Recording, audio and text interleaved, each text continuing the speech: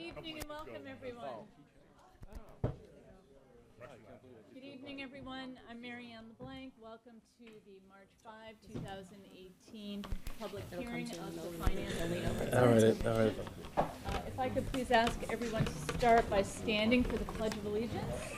I pledge allegiance to the flag of the United States of America and to the republic for which it stands, one nation, under God, indivisible, with liberty and justice for all. Thank you very much. Westwood Media Center is here, and they are recording the meeting. Would anyone else like to record the meeting? No affirmative responses. I will also note that Westwood Media Center is live streaming the meeting on their TV channel and on YouTube, which is pretty exciting. So thank you very much to Westwood Media Center for that. So with that, we've got a long agenda tonight to hopefully get through all of the articles on the warrant. If we do not tonight, we will continue until tomorrow night. We'll decide that later on this evening. And the first article that we have tonight is a petitioner article from Nada Milisav. I'm so sorry, Fabrizio. And welcome. Would you please identify yourself better than I just did and where you live? Thank you, Mary Ann. Sure. My name is Nada Milisavljevic Fabrizio, and I live at 32 Webster Street. Why don't you tell us about your article and what it is intended to do?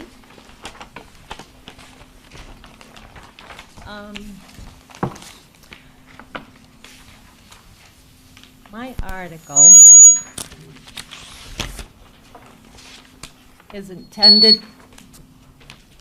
Really squeaking?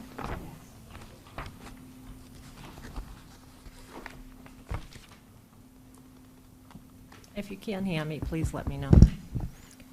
This article that I've presented is intended to add a definitive cap on the number of residential dwelling units, which may be constructed by special permit within the FMUO D6, Washington Street.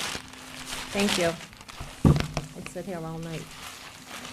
And the FMUO D7, High Street, flexible multiple use overlay districts.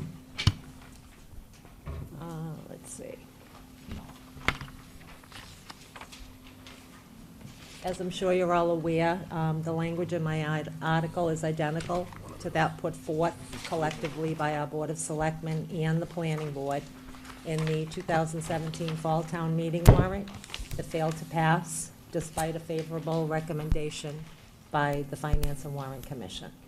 I've only changed the number of allowed residential dwelling units to reflect a reduction from the then proposed 90 residential dwelling units to a more reasonable number of 30 residential dwelling units. This article provides a clearly understandable limit on residential units. Should it pass with a 2/3 majority vote at our upcoming town meeting, it will not effectuate any changes whatsoever to the affordability requirements set forth in section 9.5.14 of our zoning bylaws. And it's being put forth because residents would like to preserve our small town character.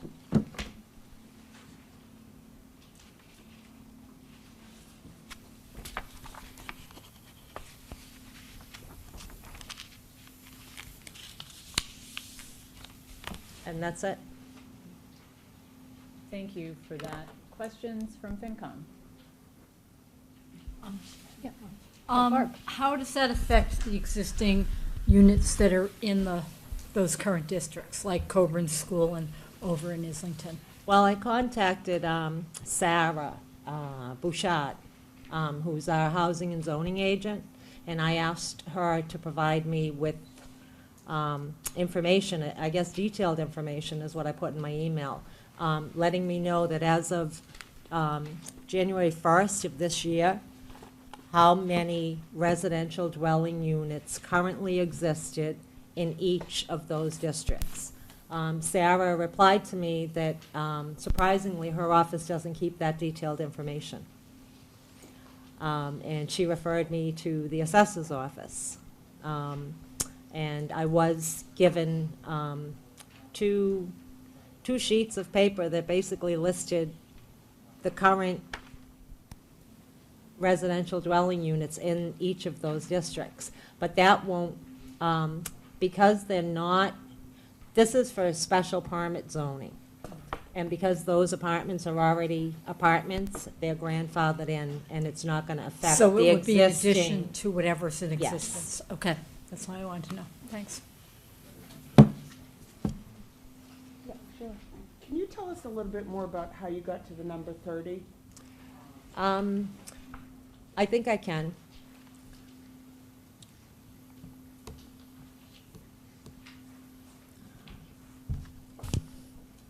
Sorry.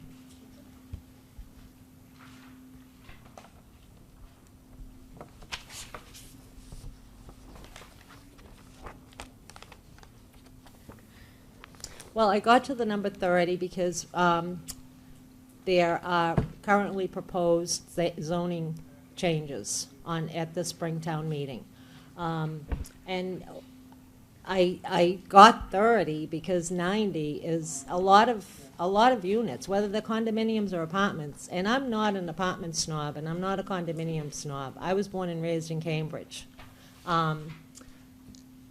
I came to 30 because I thought that was a more reasonable number that people could actually accept.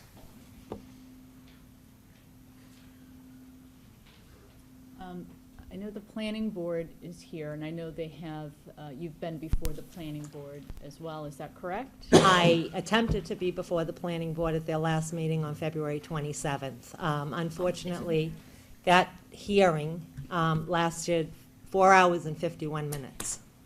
And my zoning petition article didn't come up at the meeting until like 4 hours and 30-something minutes into the meeting. And by that time, it was midnight. And unfortunately, I was home. At 11:42, I got home.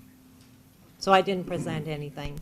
I didn't present the reasoning behind this petition article. But it's my understanding from what I've watched from the planning board meeting that when our current planning board actually got to the various zoning amendments, they recommended this for indefinite postponement. I'm just surprised. I don't understand how the planning board could vet these zoning amendments in 20 minutes. It baffles me. Well, I would like to hear from the planning board on what their thinking is on this and their vote. I know Abby McCabe is here and Trevor Lobenstein, chairman, so if we could just perhaps hear from one or both of you in terms of your thinking. You can stay there. Is there a loose mic anywhere, or should I just shout? Okay. Thank you. Thank you, Chairman. So, yeah, my name is Trevor Lobenstein. I'm the chairman of the planning board. I'm a resident at 375 Flatboard Tree Street in Westwood, obviously. The planning board did discuss this and many other voting articles on February 27th. The planning board ultimately voted on this article and several others 4-1 to recommend indefinite postponement. And predominantly because we feel the 30 cap is too limiting for these zones of town, and that the whole point of the FMEOD is to encourage development, encourage some prosperity in these sections of town, which are sort of our village commercial districts. We are also concerned that the proposal would fail to meet the legal requirements of Mass general laws related to zoning, which perhaps Abby could elaborate on a little bit more than I can. But generally, we just feel this is not in tune with how those zoning districts are conceived to be in the current zoning, being the flexible mixed-use overlay district. So, tag on to that. Thank you. Actually, Abby, if I could just ask you, I did see in your memo that the planning board had a concern about Mass General Laws, Chapter 40, Section 4, relative to uniform districts. Could you explain the thinking, please, on that? Right. That really had to do with the number 30. If you recall, in the fall, the planning board did submit a similar or almost the same article, but with the change in the maximum dwelling units to 90. But the planning board had proposed that number based on a careful review and study of what could possibly be developed in the entire districts. The planning board thought 30 was too limiting, that it wouldn't pass that test with the Attorney General's office with that lower number. I also wanted to just point out that the apartments approved previously in the FMUOD in Islington Center, also the 6 in the Colburn School and the upper story residential, those would apply. They would be included in the maximum of this article for that number 30. There's a language in the proposed article that all previously approved special permits would count in that maximum. So how many would that be in Islington now?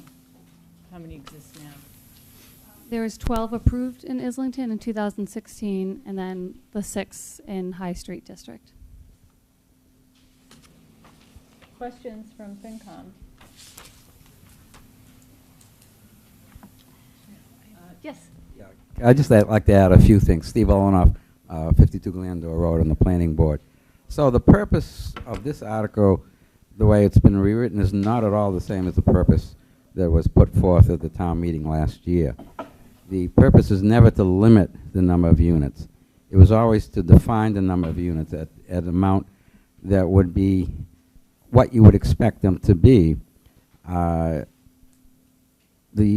was presented last year because there was a lot of confusion about how many units could be allowed on these 2 FMUOD units. So our staff did a lot of calculations and figured out what exactly we would be likely to have there, and that was the number that we set to really just numify the what people could expect there, to clarify that. But it wasn't, the intention was never to limit them. This article, even though it's written the same with just a different number, actually does limit it. And it limits not only to a very unreasonable number, it'll run afoul of the uniform code of zoning. Everyone has the same, everyone should have the same property rights. But if you have some people like first come, first serve, where they get their apartments on their property, and then the only reason they can't have any more is because, well, you've already exceeded some artificial limit. That's not in accordance with the zoning code. It's just it's going to obviously. I'm not an attorney. I always say that, but it just wouldn't hold up in court to have owners that, say if you had an example would be if you had 100 acres of land, and you said and they're zoned for 1 acre lots, so you'd expect to get, after roads, maybe 80 houses on there. So if you put a rule in that said, well, only 30 homes would be allowed to be built on that property, well, the first 30 people would come along and everything would be fine. But the next 50 people would be told, you can't build a house there because 30 people already did. That's just not in accordance with the law. And if I may, Tom, I know you've got a question. I just wanted to read the statute, just the first sentence of it, because I think it would be helpful for folks to understand the statute you've referred to. So this is Chapter 40, Section 4 of Mass General Laws. It says, any zoning ordinance or bylaw which divides cities and towns into districts shall be uniform within the district for each class or kind of structures or uses permitted. So this is the statute you're referring to. Okay, Tom, you had a question? Great, thank you. For Steve or anyone on the planning board or possibly Nora, because so my understanding at town meeting last year was that the number of 90 was more restrictive than what your analysis actually showed that area could possibly be allowed to have in terms of residential units if everything fell right, I guess, or the max number of possible units, which I think was around 140, 142. And so, so help me understand then. My understanding was that 90 was a more restrictive rule than what exists, than actually what exists now, because it's open to possibly up to 142 units or what have you based on the layout of the center.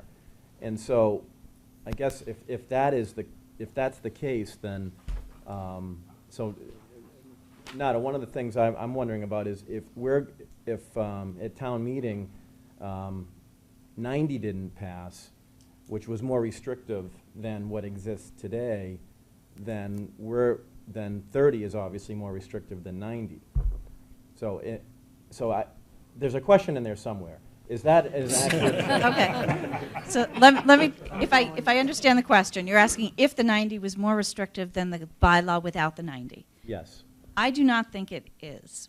The way I came up with the 90, I had done a calculation. I came up with a straight calculation which just looked at land area, building size, and number of parking spaces. But I didn't have a way of looking at each parcel individually as to what the planning board would require in their public amenities or their setback requirements or their landscaping and circulation. I didn't have a way of looking at every parcel that way. So what I did was I made a factor that made an adjustment. And so I looked at a maximum I could see up to 149 units in the FMUOD 6 Washington Street, up to 119 units in the High Street District. In the Washington Street District, that included the town-owned parcels as well, including Morrison Park, which I do not believe there would be any opportunity to redevelop.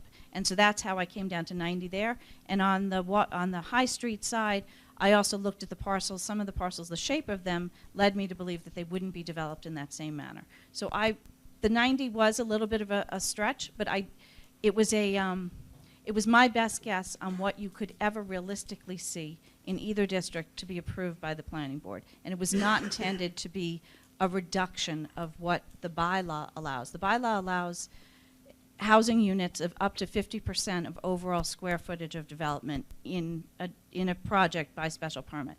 So the 90 was put in there as a figure to give people an understanding of what we may someday see there. I think that 90 is even higher than what the planning board may approve, because they wouldn't approve every application that came before them. But I was comfortable that 90 was not reducing the number so that there was any applicant who couldn't apply.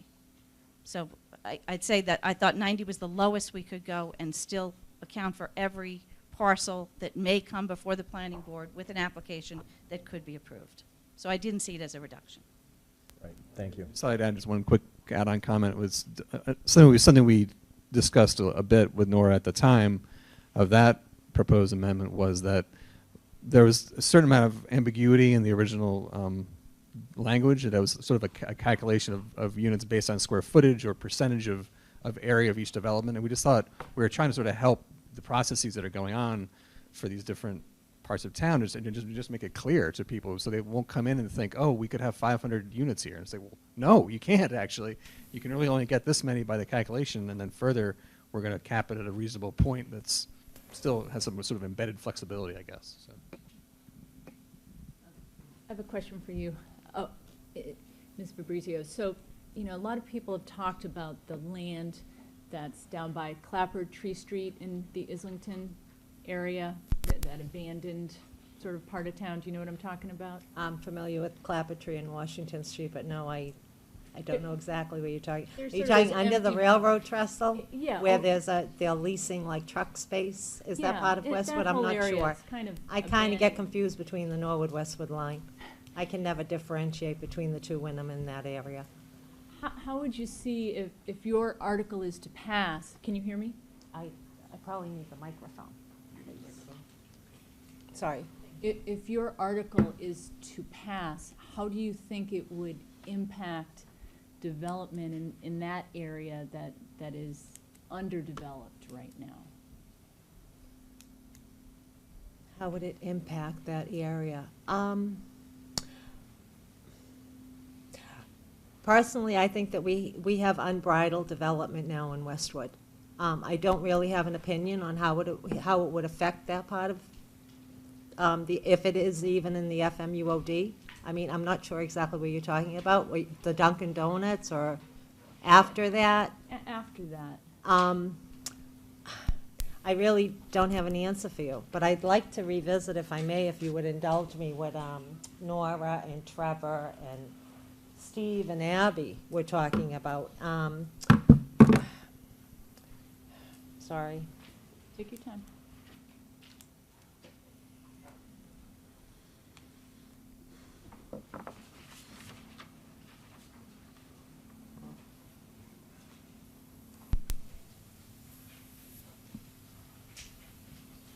Here it is, sorry. The argument about reducing the numerical cap will put the article at risk of non-approval by the AG's office. I'm not so sure that that's the case.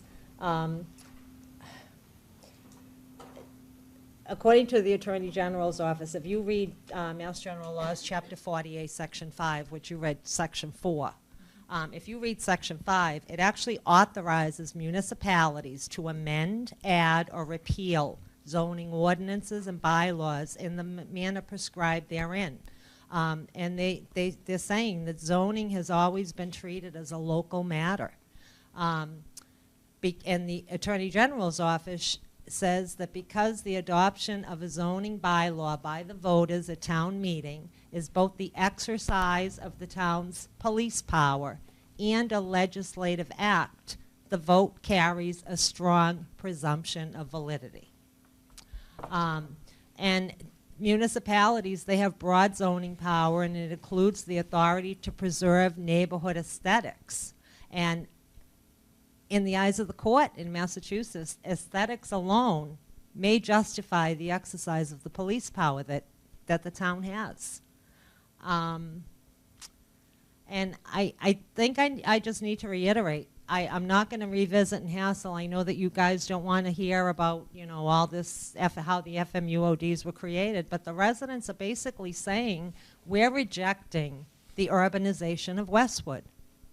I am familiar with, I think it's 1000 Washington Street, which is a part of Dedham, and it's where the Hogan Tire is on the Westwood-Dedham line at Gate Street. And you had a member of their planning board saying, I don't want to turn Dedham into a city.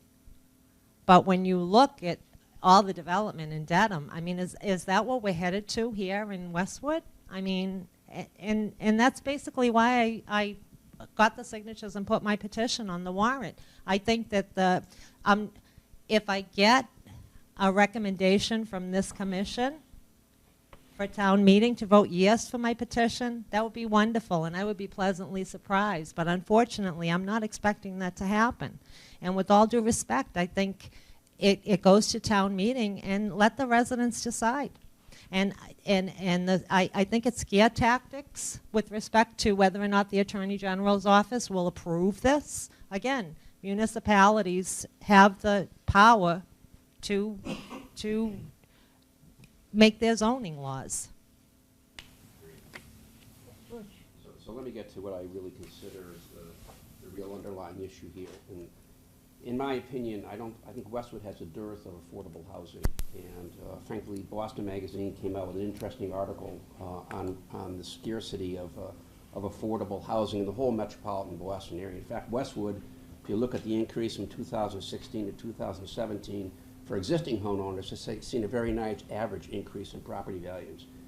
But I think that, you know, we do not have sufficient affordable housing in this town.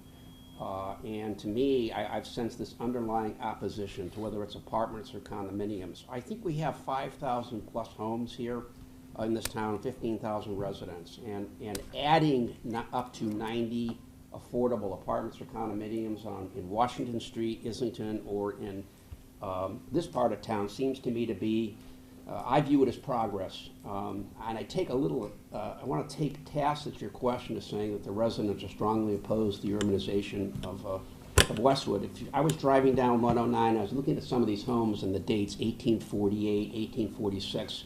I said to myself, I wonder what would happen to this town if those people back then decided that there should be no more growth and development in the town of Westwood. Where would we be today? And I think we have an obligation to cherish what we have, but also recognize that other people, we need to make opportunity available for other people to move into this town. Right now, it's not an affordable town. And so to me, I thought what the planning board attempted to do last year was to calm the fears that people put up pictures of 500 units or 1,200 units being built on Washington Street. And I think what Nora tried to do is say, look, that can't happen. If we do our calculations, somewhere around 90 units on both sides of town is reasonable. And I think the thought was that would give people a sense of relief to say we're not going to have 10,000 units coming to town. But the other thing you may want to note, and I know there's been some criticism of what's happening in Dedham, read the article in Boston Magazine. Downtown Dedham has become incredibly vibrant. New businesses are coming in, restaurants are opening up. In fact, I've gone there a lot. Read what the article says. They've actually hit a home run. People thought that Legacy Place would destroy downtown Dedham. They've had the reverse happen. Downtown Dedham has become vibrant again in terms of the community. So I think if you want to see a vibrant community in Islington, and you want to see a vibrant community in this part of town, to me it's something other than the strip mall we have with the post office. And I think at some point in time, I think reasonable, affordable units coming into Islington or coming into town center here, in my opinion, would be welcome. And I do not believe that anyone can say, I can't say everybody in town is in favor of it. I don't think anybody else getting up here can say that everybody in town is opposed to it. And maybe town meeting is the right place to let people decide if they are willing to let affordable units come in, apartments or condominiums come into this town. May I respond to that? Please. I think you're mistaken. That's my personal opinion. Maybe your opinion. Westwood does not have affordable housing because when you look around, all the houses are being built that are multi-million-dollar homes. The town, the planning board, I understand it's built by right or whatever it is, but of course, I mean, you have all these multi-million-dollar homes, and I'm pro everybody has to live somewhere. Again, this is way too much development for the town of Westwood. We're not a city. Like you said, we have 5,000 homes. We have 15,000 residents. And when I said, I didn't say all the residents are opposed. I said a significant number of residents are rejecting the urbanization of Westwood. And it's as simple as that. They're rejecting the urbanization. If I wanted 20 plus years ago when I bought my home, if I wanted to live in a high density area, I could have bought anywhere in Cambridge, but I decided to make Westwood my home. And I personally, I'm not speaking for anyone else, I'm speaking for myself. Westwood is being destroyed with all this development. University Station, in addition to being $2 million of 2 million acres of environmental blight, I find, and I've been reading, it's a disappointment. And I think because we're not seeing the net fiscal benefit from University Station, now Westwood Center and Islington Center are on the sites. They're right in the crosshairs for the development. And again, it's a residential area. It's not a highway. We're not a city. And Dedham, I would argue that I don't think that your perception of Dedham Center is my perception of Dedham Center. It's all what people see. And again, I think I understand respectfully, I probably won't get your recommendation. So all I can say is let this be a town meeting and see what happens when people vote. Are there any, Mike and then Jim? Yeah, I'd like to ask probably Nora a question. It's really a couple of procedural questions.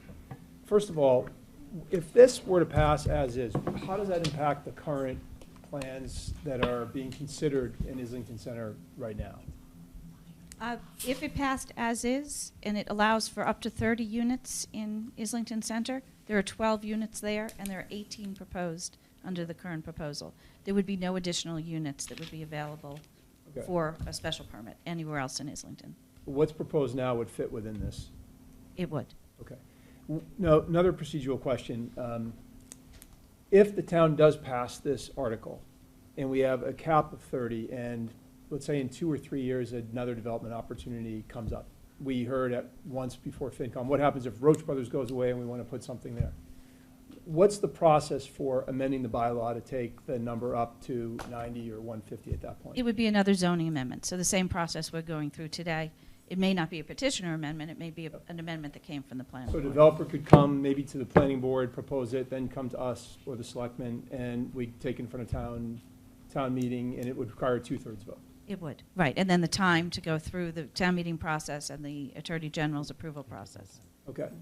So I, not putting words in your mouth, but it sounds to me like to some degree you're proposing effectively a circuit breaker. You're sort of saying, at this 30, presumably if the town supports the new development, any new development with residential would require us to come back in front of town meeting through the formal process to do a zoning amendment to amend this article again to a higher number. So we'd stop and pause and say, we're at 30, we're capped.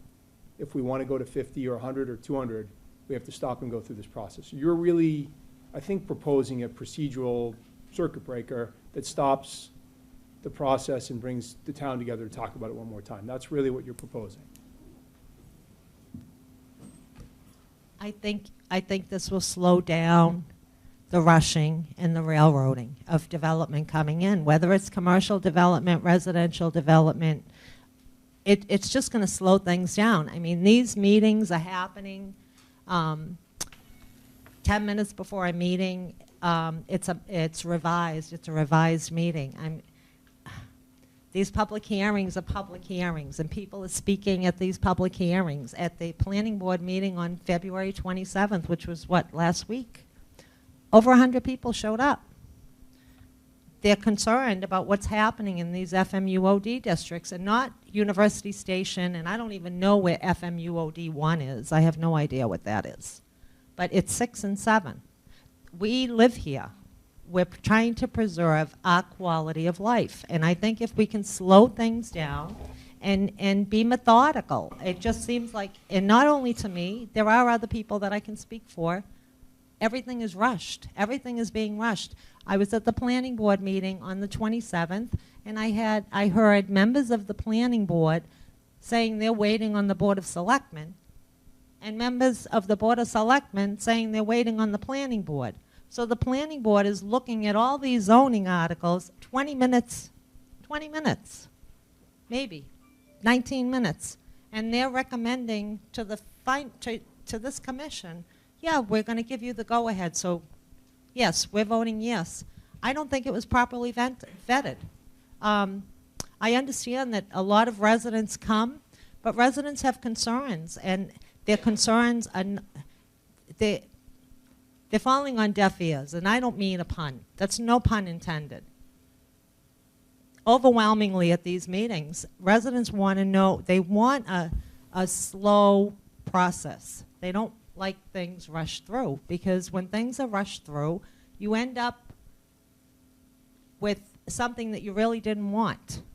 And again, I know I'm just going on and kind of rambling here, but we want to preserve our quality of life. Jim? I think Mike captured the intent of my question, but to follow up on Mr. Olenoff's statement, he talked about putting a limit on it and then people rushing to get into that limit, and everyone else is basically out of luck. In essence, that's what we did last year with the ancillary apartments. We had a limit of 45 apartments. We reached that max, and then people proposed going up over that, and we waived it. So I think, and then of course what Nora said, whether we pick 30 or 90, you know, at some point in the future, we can erase that and start again anyway. Any other questions from FinCom? Yeah, Mike. See a number of members of the planning board here. Says the vote was 4-1. I'm interested in hearing from the one.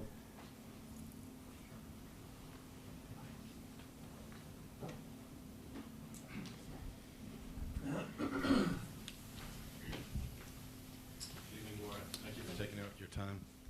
My name is Brian Gorman. I'm on the planning board. So I essentially voted yes for this for a lot of the reasons that you've heard tonight. The only additional one would be just to reiterate that if there was to need to be an increase, we would just go through the same type of process as we're talking about tonight.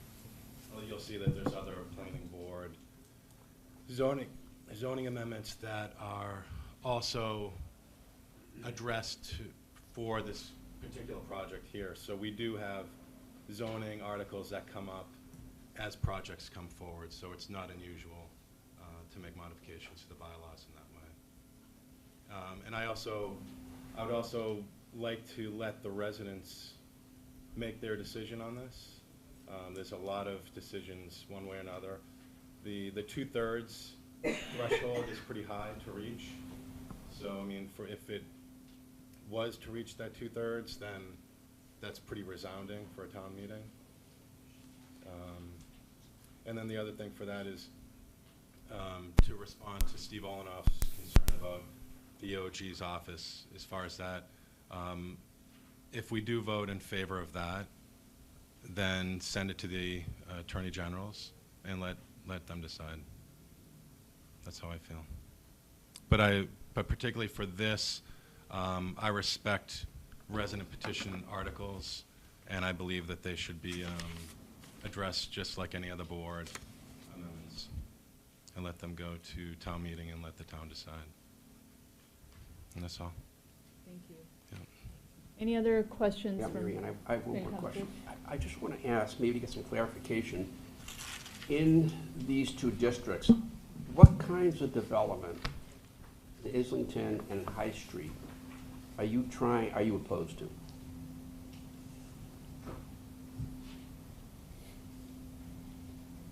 I'm opposed to overdevelopment. We have, I don't know the exact address.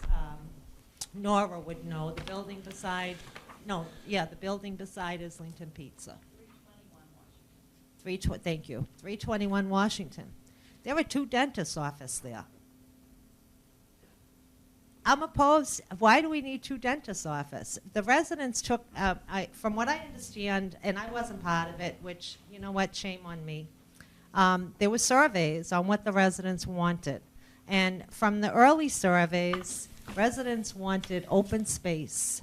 And they wanted mom and pop boutiques. They didn't want Kmart's and Targets and big box stores. And we end up with 2 dentist offices. Doesn't make sense to me. So you don't want dentist offices, what you're telling me? I don't think we need dentist offices. What I'm trying to understand very honestly here is what don't you want to see in Islington, and what don't you want to see in the center of town? You're sort of restricting residential units with your count there. Now you're telling me you don't like dentists. What I'm trying to understand is what is it you don't want to see? What is it you feel that's overwhelming the town of Westwood, in Islington and in the town center? I don't understand I'm trying to understand what you're worried about. What I'm worried about is when I attended the meeting, and I think the planning board, the members that are here will attest to the fact, the traffic study, every option, if you will, that they presented on the traffic studies, they got Fs. But yet this project in Islington Center is going to be pushed through, and the traffic problems unaddressed. That we've already heard here, that if that project goes through, it's part of your 30. The question I'm asking you, because at the end of the day, you're asking town meeting to put a limit in place because you're very concerned about the over-urbanization, the over-development of Westwood.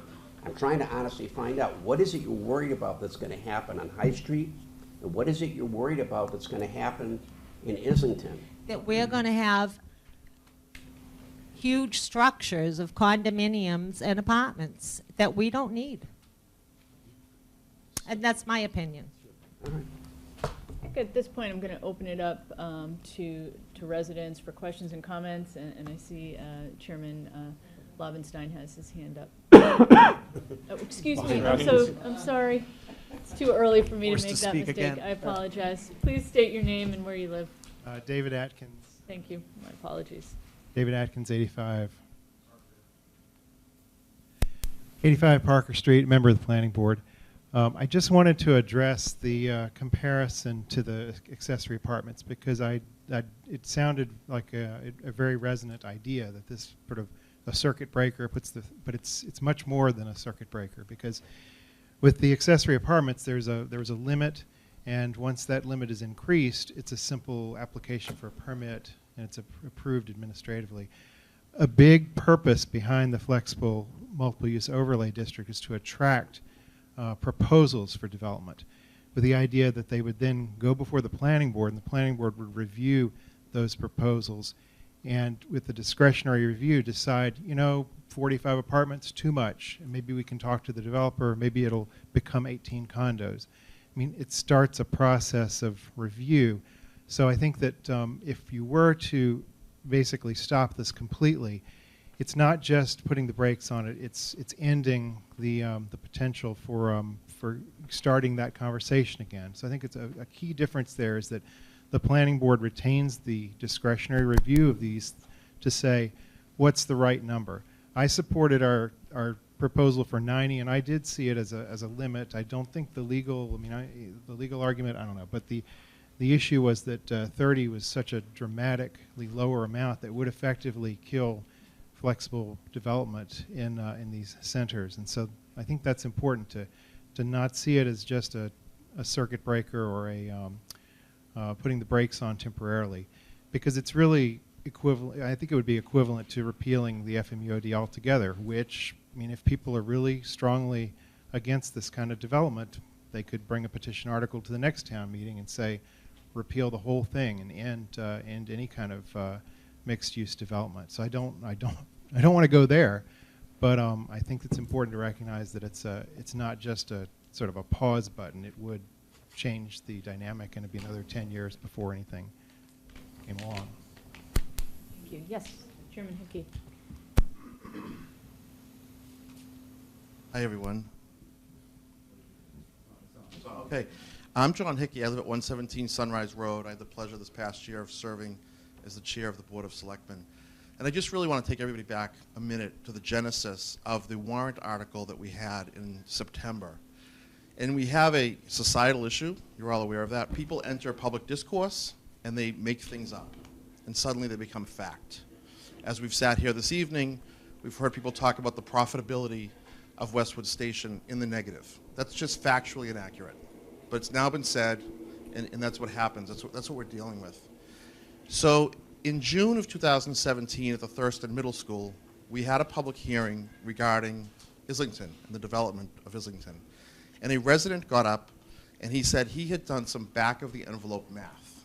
And by his back-of-the-envelope math, he had come up with housing units well into the hundreds. I don't even want to repeat the number because, as you can see, things are taken out of context and run with.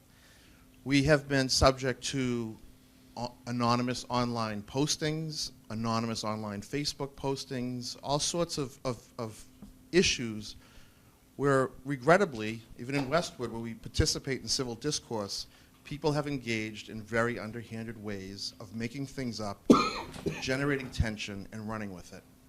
But the biggest issue we had entering last fall's town meeting was that this resident's number had become fact. People were running with this number. And so our effort was solely to create clarity. We went to town meeting and we said, we really don't care if the number is going to be 90 or 90-ish, but we had a subject matter expert take a look at what was available to build and come up with a number that was a defensible number and it had logic. And so the driver was clarity. It was an attempt to deal with all sorts of misinformation that unfortunately we're dealing with.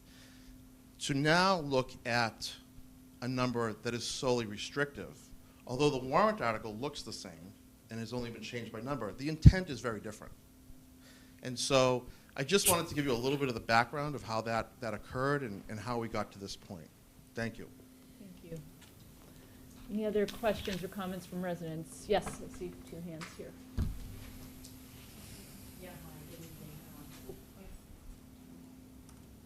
Maura Van Wagenen, and I live at 181 Canton Street. I am an Islington resident. I've been there for 23 years, and I want to try to be supportive to both sides.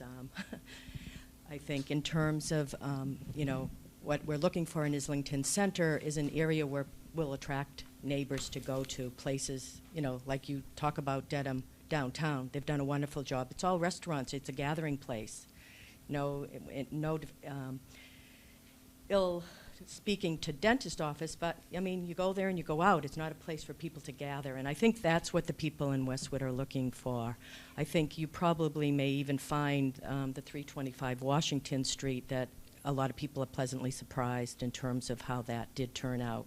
But I think, you know, looking at large numbers of whatever kind of housing, whether it turns into condos now or apartments, yes, people do need a place to live, but they need a place to hang around. So I think what really the main issue is to be done tastefully.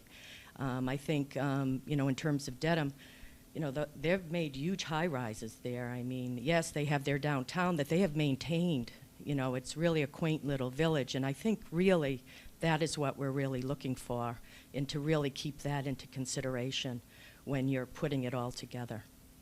Thank you. I think there was a hand up. I just wanted to add to that. I mean, one of my really big concerns, we talk about the two dental areas there. I'm really concerned CVS. I mean, we're developing a medical center downtown Islington.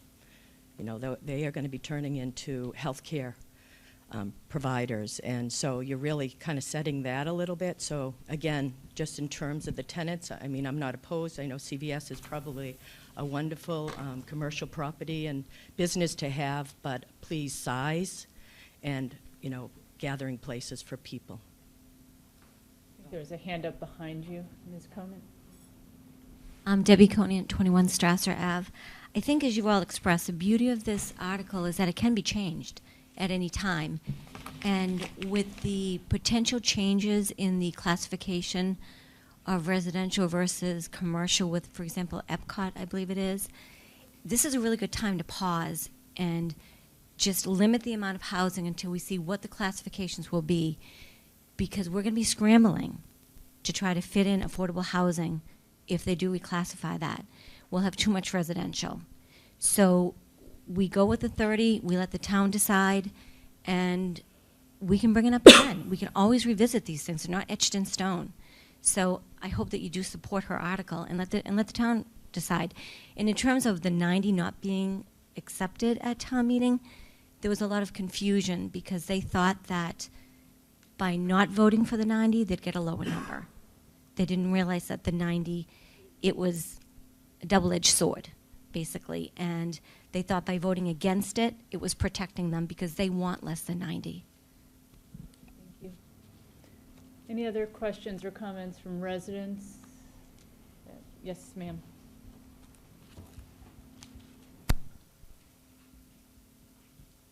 Christine Privatera, 16 Dean Street.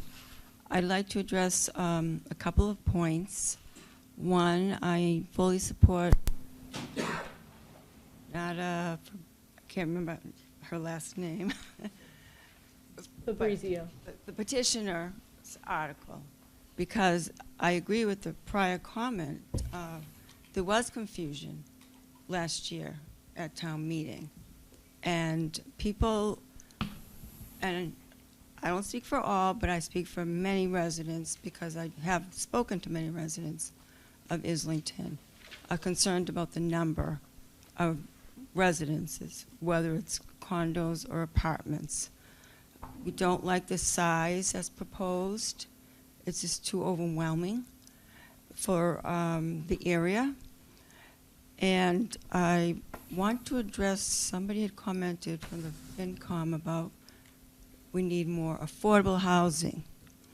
Well, the fact is only 10%, or Nora can tell me exactly the percentage, a small percentage will be affordable. So for somebody to say we need all this affordable housing, that's not true. Most of it will be market value. Thank you. Chris, did you have a comment? Yeah, I had a question for Nora, if she could elaborate.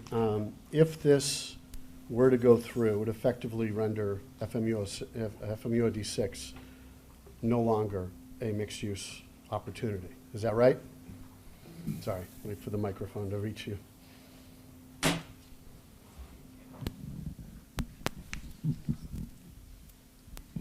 If this went through, other than the project that's currently before Right. the planning board, there would be no other residential units that would be available under an FMUOD special permit. Someone could still apply for an FMUOD special permit, but you're taking away the incentive, because the main incentive in that district is having a mixed-use development. And that's a lot of what they get out of an FMUOD special permit, the ability to have residential use for up to 50%. And when was the last time Islington did not have that distinction of mixed-use availability? I believe For a it was commercial mixed use. 2015 when 2015? the residential uses were added. May 2015. So if this passes, we return back to the years before 2015, in Correct. essence. Correct. What was the attractability or attraction of developers? What was the appeal for developers to redevelop Islington prior to 2015? There's been very little interest in Islington, except for with the project that was approved about a year ago and the project that we're looking at right now, both of which are FMUOD projects that involve residential uses as well as commercial. So you can look down Washington Street and you can see a number of tired old commercial structures, many of them vacant, that have not been developed, and we have been unable to attract developers to redo those parcels.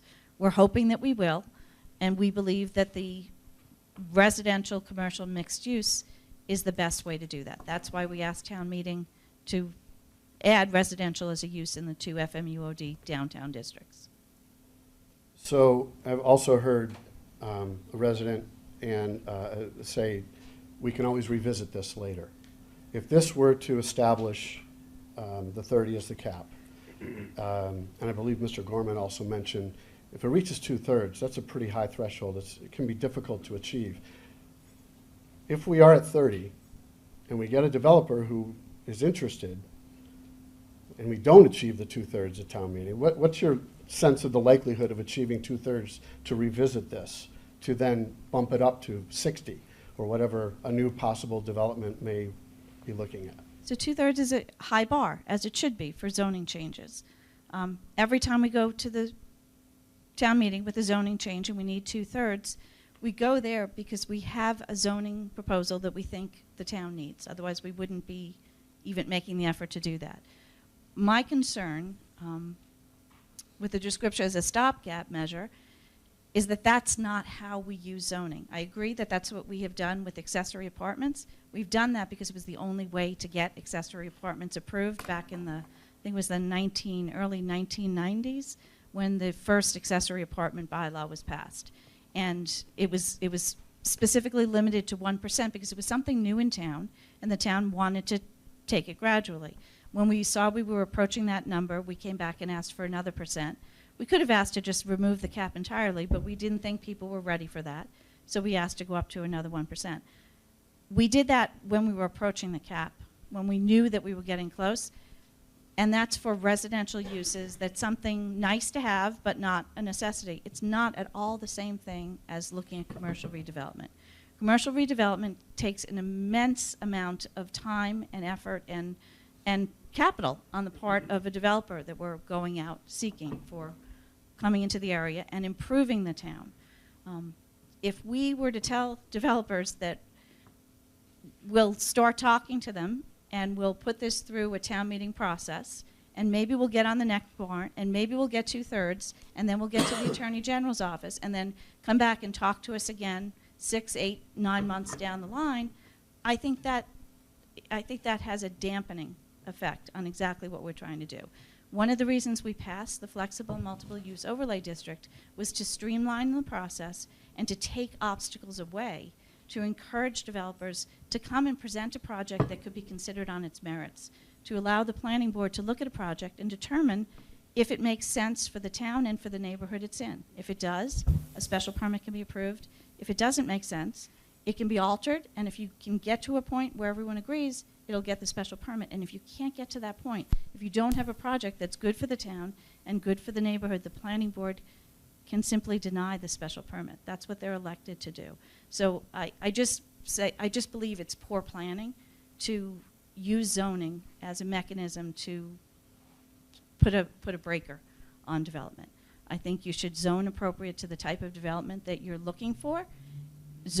Create your zones to allow that level of development and live within the level that you've chosen. We're going to need to move on to our other articles. Any other comments or questions from residents on this? Yes. Debbie Conant, 21 Strasser Ave. How does this, you know, they say if we reduce the number, we're taking the flexible out of flexible multi-use districts. How does this differ from the fact that they just reduced the number of housing at university? Are they essentially not doing the same thing? So I don't know who to pose that question to. Is there someone who would like to address that? Nora? We actually did not reduce the number at University. University Station University Station has an FMUOD district, FMUOD 1, but it also has the University Station Multiple Use Overlay District that was specifically written for that project in conjunction with the developer, and it allows up to 650 units of housing. That zoning amendment, that zoning article has not been amended. It still allows 650 units of housing there. The town recently is in the process. The selectmen approved a memorandum of understanding for a development agreement amendment that will talk about how you get to the remaining units of housing. But we have not proposed a zoning amendment to change that, and we hadn't intended to do that either. So, Ms. Fabrizio, thank you very much. Thank you very much. With that, we're going to move on to the school committee article, and we have Superintendent Emily Parks with us and Heath Traka, Director of Finance for Westwood Public Schools. Welcome.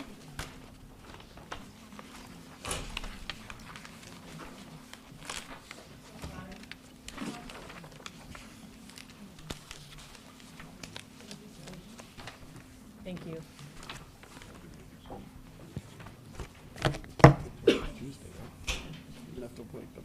Hello, welcome. So you are here on the school borrowing for funding for MSBA eligibility process. You've been before us already on this. I think it might be helpful, though, for folks who haven't heard from you before. You know, our public hearing is usually more widely watched and attended as tonight, maybe for a brief summary, so folks watching can get up to speed. Oh my God, sorry. Try to turn that off. Studying our school buildings, specifically our elementary buildings. And we did a master plan with architects. It's right there. If you see the green, just push that towards you. And that is the microphone. There you go. Is that okay? Oh, yeah, that's perfect. Wow. So we actually don't need the handheld, that can float. All right, good. That's great. Okay, so I'll repeat that. Over the past few years, we've been studying our elementary buildings. And we had a master plan study done by our architects, Sims, Manny, and McKee, as part of the process of seeing where, especially our aging elementary schools, Deerfield, Hanlon, and the Sheehan stand. And the result of that was we decided to put in what's called a statement of interest with the state. So we identified all of sort of the both educational issues as well as the infrastructure issues with those buildings. We submitted the SOI last year with the MSBA, which is the Mass School Building Authority, and they accepted our invitation, and we got invited into their what's called a core building program with the state. And so as part of that program, there are different phases. The first phase is the eligibility phase, and as part of that eligibility phase, one of the requirements is to secure funding for the next phase, which is feasibility and design. And so this phase starts for us as of June 1st, and this is a program that will potentially reimburse us a great deal of the cost of whatever the construction project is. And that hasn't been defined as of yet because we still have a lot of communication to do with the community and making sure that we end up with a construction project that everybody wants. So I would just add to that, that we feel that we have a tremendous opportunity here potentially. The fact that we were invited into this process with MSBA and could potentially reap significant reimbursement either for renovation or construction to deal with some of our aging buildings.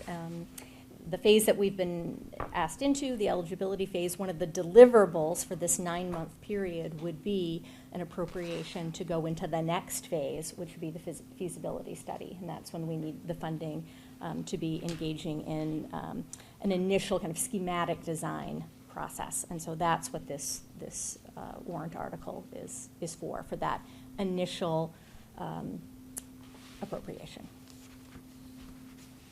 Which is how much? 1.75. Up to 1.75 million, a borrowing article. Questions from FinCom? What percentage of the MSBA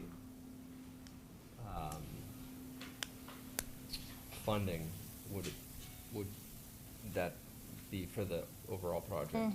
So we don't know the precise percentage yet, but it starts at about 32%, and then there's the possibility of getting some additional percents based on some incentives that they have. So if you come up with a green design, for instance, then they would give you additional reimbursement. If you can demonstrate some things about your history maintaining buildings, there's some incentive points to be gained that way. Yeah, Jim and then Tom. Just real quick, last meeting, you estimated the request to be $1 to $1.5 million. It's jumped to 1.75. Can you expound on Sure. that? Yeah.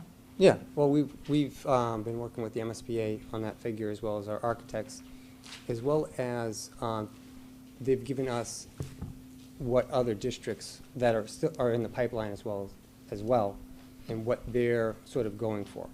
MSBA won't just give you the figure. You have to we have to come up with it ourselves, and so that's why we look to our architects to say, okay, what would it cost for this? And the 4 major areas that is comprised in that number is the OPM, which is the owner's project manager, the designer, environmental and site testing, and other. So the biggest part of that biggest chunk of that money is the designer and the OPM, basically. The bottom line is that we've done a lot more work since we talked to you before, Yeah. and More concrete number. and we have a more Yeah. concrete number. Yeah, exactly. So 32% is the minimum reimbursement level? Is that? Yeah, I think that's right? correct. Is Yeah, that 31, right? 32. 31, 32. Yeah. And are there any other, I know that beyond that is vague at this, point, but are there any other towns, projects that could be used as comps that have different reimbursal rates than that you could maybe potentially compare to? Yeah, I mean, I think we we've explored that a little bit, and we can continue to do that. I mean, I do want to emphasize that they have sort of a formula on these incentive points. It doesn't get a great deal higher than 31, 32%. So, I don't think we'll get to 50. I think we're really looking at in that general Right. Because vicinity. that's, Blue Hills was closer to, and I know that was a different. It was a different project, but, yeah. so, right. Okay, cool, thank you. Other questions from FinCom? Yeah, Howard. What do we actually get for $1.75 million? What is the deliverable? And if it's $200 an hour, that's an awful lot of hours for someone to be saying, yes, it's feasible. Yeah, so it's these things Heath was just referring to. Right, it's the owner's project manager, the designer is the most expensive. So this is for the feasibility phase and feasibility/design phase. So once a project is designated, once we know what we're going to be doing, then that's part of the design. We get architectural plans for this? Yes. Okay, so it's more than a feasibility study. It's feasibility/design. Early in the process, someone might come and say, this isn't feasible, and you haven't spent anywhere near this amount of money. Oh, right. Okay. It's up to that amount of money. Okay. It's up to 1.75. Okay, so we actually, fine. Yeah, it's not like Right. it's spent, Okay, questions or comments from residents? I do not see any. Anything else from FinCom on this? I know it's the second time. Yeah, Barb? So really, what you're getting is like when we do the design plans for the police station, the fire station, the one difference is that you're interfacing with the school building assistance States, yeah. people.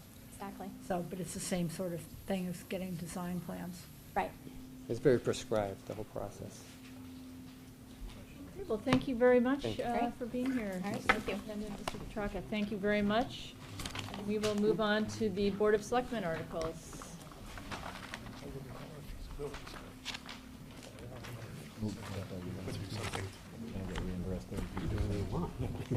You don't throw enough zeros at it. Yeah. You know.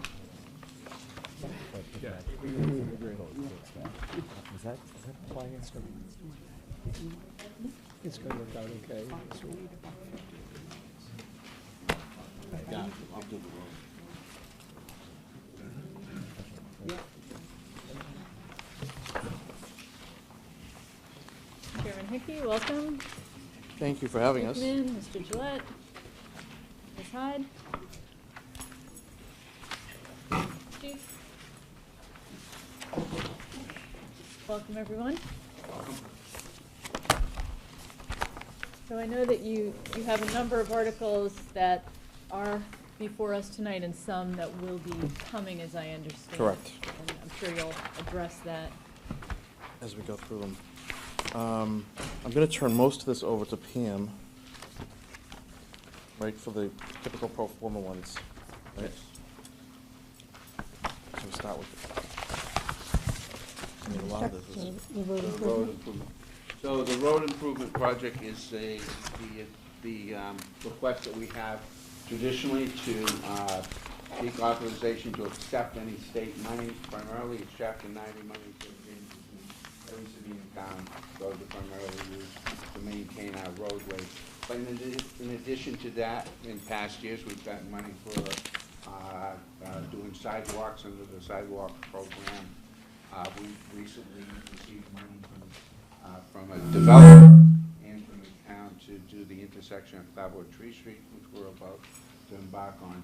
So this is giving authority to do all of those projects under one article. There may be separate projects with separate funding sources, but this gives us the authority. It also has embedded in it the ability for the Board of Selectmen to go forward with a minor land taking. We're not talking about something major that's going to cost a fortune. In fact, it's oftentimes something that the landowner will just donate to us.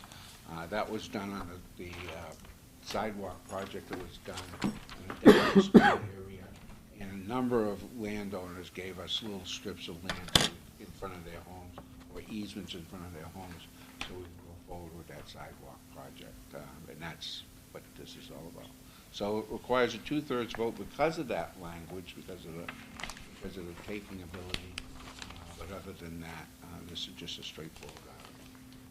Same article we have every year. Questions from FinCom? Questions, comments from residents? It's really pro forma, this one.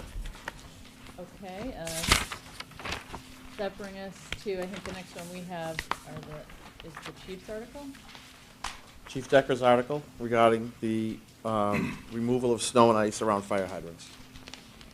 Okay, so one of the first jobs as a new fire chief when I came to town was to do a hazard assessment of the community. And I pretty much got my feet running pretty quick. We were pretty busy. And then we got the storm of January 4th. And I had gotten confronted several times when I was out in the public by residents about why our firefighters were not out shoveling hydrants. And it concerned me a little bit that that was one of the first questions that I was being asked, that it's a situation where when I was driving around town, a lot of people were out digging out their own hydrants. They were doing a fabulous job. But there was an expectation from the public that it was part of the fire department's responsibility. And we do need those fire hydrants when it snows, and we don't have time to dig them out. So for me, it was very important to look and see what we had and why it wasn't being enforced. And I noticed DPW had all of their stuff where if people plowed out snow into the street, there were fines and penalties. And I started doing a lot of research here, in Massachusetts and also in Connecticut, where I came from, and felt that I think it would be very important for us to put a bylaw in place where we, the residents, the fire department is part of those individuals, put a ordinance in place to make sure that those hydrants were taken care of in advance, because the fire department just does not have the staffing or the time to do it in a timely fashion.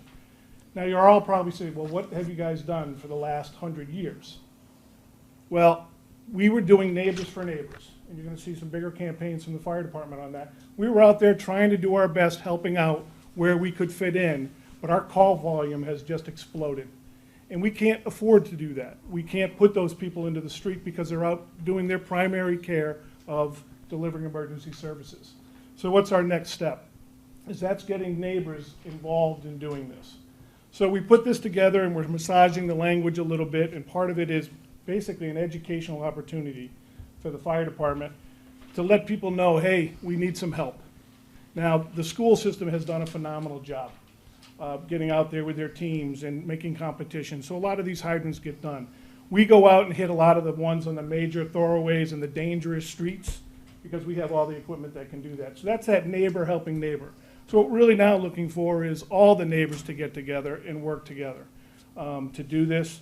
So we came up with this language. Most likely, you'll never see any money generated from this. So if we're looking at this as a fundraising event for the community, it's not. It's an educational opportunity. What it allows us to do is have the teeth behind it, just as parents. Many of us are parents in the room. When you tell your kid, hey, if you don't do this, I'm taking away the Game Boy, that's why you have to have some type of penalty behind it. The real penalty here is education. We're going to have a letter that we can hand out. It's an opportunity to speak with people, educate people on the importance, team up your neighbors to get it done. That's why it's there. And I'm also, I think that the language that you may have in front of you, we changed where it says the fire chief or their designee is the one enforcing this. So we will not have police officers driving around town giving out tickets to do this. Again, it's a teachable moment. I can tell you in my 21 years in the community that I came from before, I can't think of once. We had an ordinance. I can't think of once where we actually find someone for doing it. We handed out the ordinance, we had the education, and most people were thankful for the education because they didn't realize you mow around it. Some people plant flowers around them, but no one thought about shoveling them out until you have a fire at your house. And then the question is, why wasn't it shoveled? And when we show up with 3 people, that's your first people coming to your home, we don't have time to dig that hydrant out and put the fire out at the same time, so we need your help. So that's why we have this. Thank you, Chief. Questions? Yeah. Yeah, I was just wondering about, okay, so we're talking about residents, trying to do this. What about the plow operators, not DPW, but there's a lot of independent plow operators. I've seen them just come across the street and plow wherever they want to plow. And now it seems like the residents could be stuck with what these independent plow people are doing in their neighborhood, because I see it in my neighborhood. And I think that's a modification to what the DPW already has in place, any of that piling up, where if we catch them piling up, then I think the DPW has a $300 fine to do that. I think the same thing will be put into place to handle that also. So the goal is really, if you look at that big storm that we had, and we may get another one this week, it's rare on those smaller storms that they hit the threshold that I put in where it needs to be 4 inches below the lowest intake.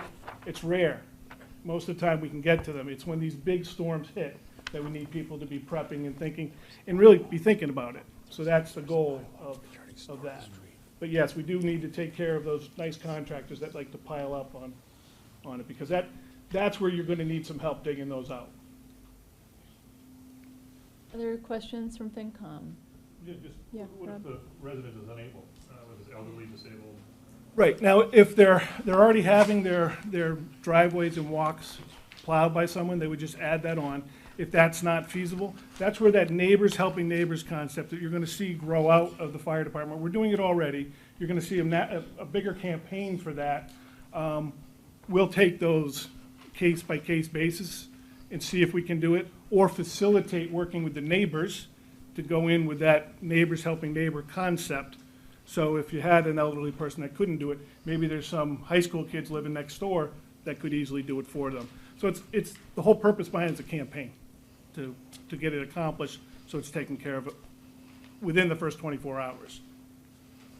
So are you gonna have a specific, identify all the fire hydrants and basically assign them out so that no hydrant is gonna be an orphan on some street and get wedged in? That The way we're looking at it right now is that the abutting property which that hydrant sits on, those individuals would be ultimately responsible for that hydrant.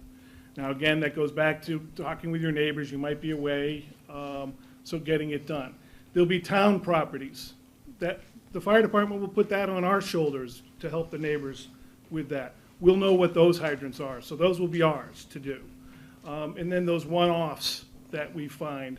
We have technology in the trucks that tell us where the hydrants are, close, within 3 or 4 feet. Again, there's posts on some of them. I'm meeting with the Dedham Westwood Water Company next week. We're gonna talk about reposting all of them so you can see them when they're buried with 3 feet. So we'll know where they are. But again, when time matters, we come to the fire with 750 gallons of water. That's all we bring. We need more when we get there, and we need it in the first 3 minutes. So we don't have a lot of time to be digging a hydrant and putting fires out at the same time. So we have to capitalize on that. That's why we have to have those open. I'm looking behind your shoulder and I see Todd Corchin. And does DPW have any ability to help out? I mean, I know it's right after you've plowed for a storm, but, to help out with any of those hydrants? I think there are probably occasions where we could lend a hand here or there, but to be quite honest with you, we're pretty much straight out after a storm with crosswalks and everything else in town that by the time we can even get to those, it probably wouldn't be in a timely enough fashion. Yeah, the big thing is the bandwidth that we have and that they have, even with their contractors. And from what I've seen, they do a great job on the streets and stuff, but now you're tacking that on, and we want that 24-hour window, and his folks have been up for the last 48 hours. So it's a tough one to row to hoe. But I can tell you from driving around town after the first big storm, I would say a good 40 to 50% of the hydrants are already being done. It's now a question of getting the other 60 to 50% in there. Julie and then Peter? Yeah. So we talked a bit about your neighbors helping neighbors in the municipal conversation. I guess my question is, could that initiative move forward without this article? So could you drive that 40% to 60, 80, 90% without having this penalty in place?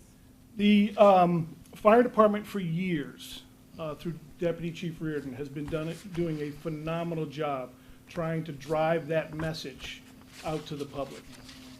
And in some cases, it has fallen on deaf ears. So our goal is, and the reason I went for the penalty in there, again, something has to have teeth behind it if you really want to get it accomplished.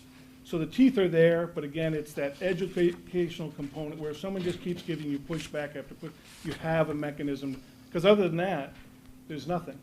There's no follow-through. Yeah, I do think people are concerned if they're unable, if you just had knee surgery, you were fine 2 weeks before, you're on vacation, you know what I mean? And while the intent isn't to penalize people, I do think the initial reaction from the public is, it seems pretty strict. Well, people, I think, agree with where you want to go with it. The idea of having an article with a dollar sign attached to it kind of seems drastic at this stage. I can respect that. Peter and then Tom? No, Julie really kind of addressed what I was going to say, so. Chief, there are community service letters that you guys give to, say, high school kids or the kids that might go around town and dig out hydrants. Is that, or is that, if not, is that something that we could do? Maybe that would motivate more kids. I think all high school kids should be doing that. Yeah, we have done that with other events and tried to get for the community service. Just hasn't really materialized.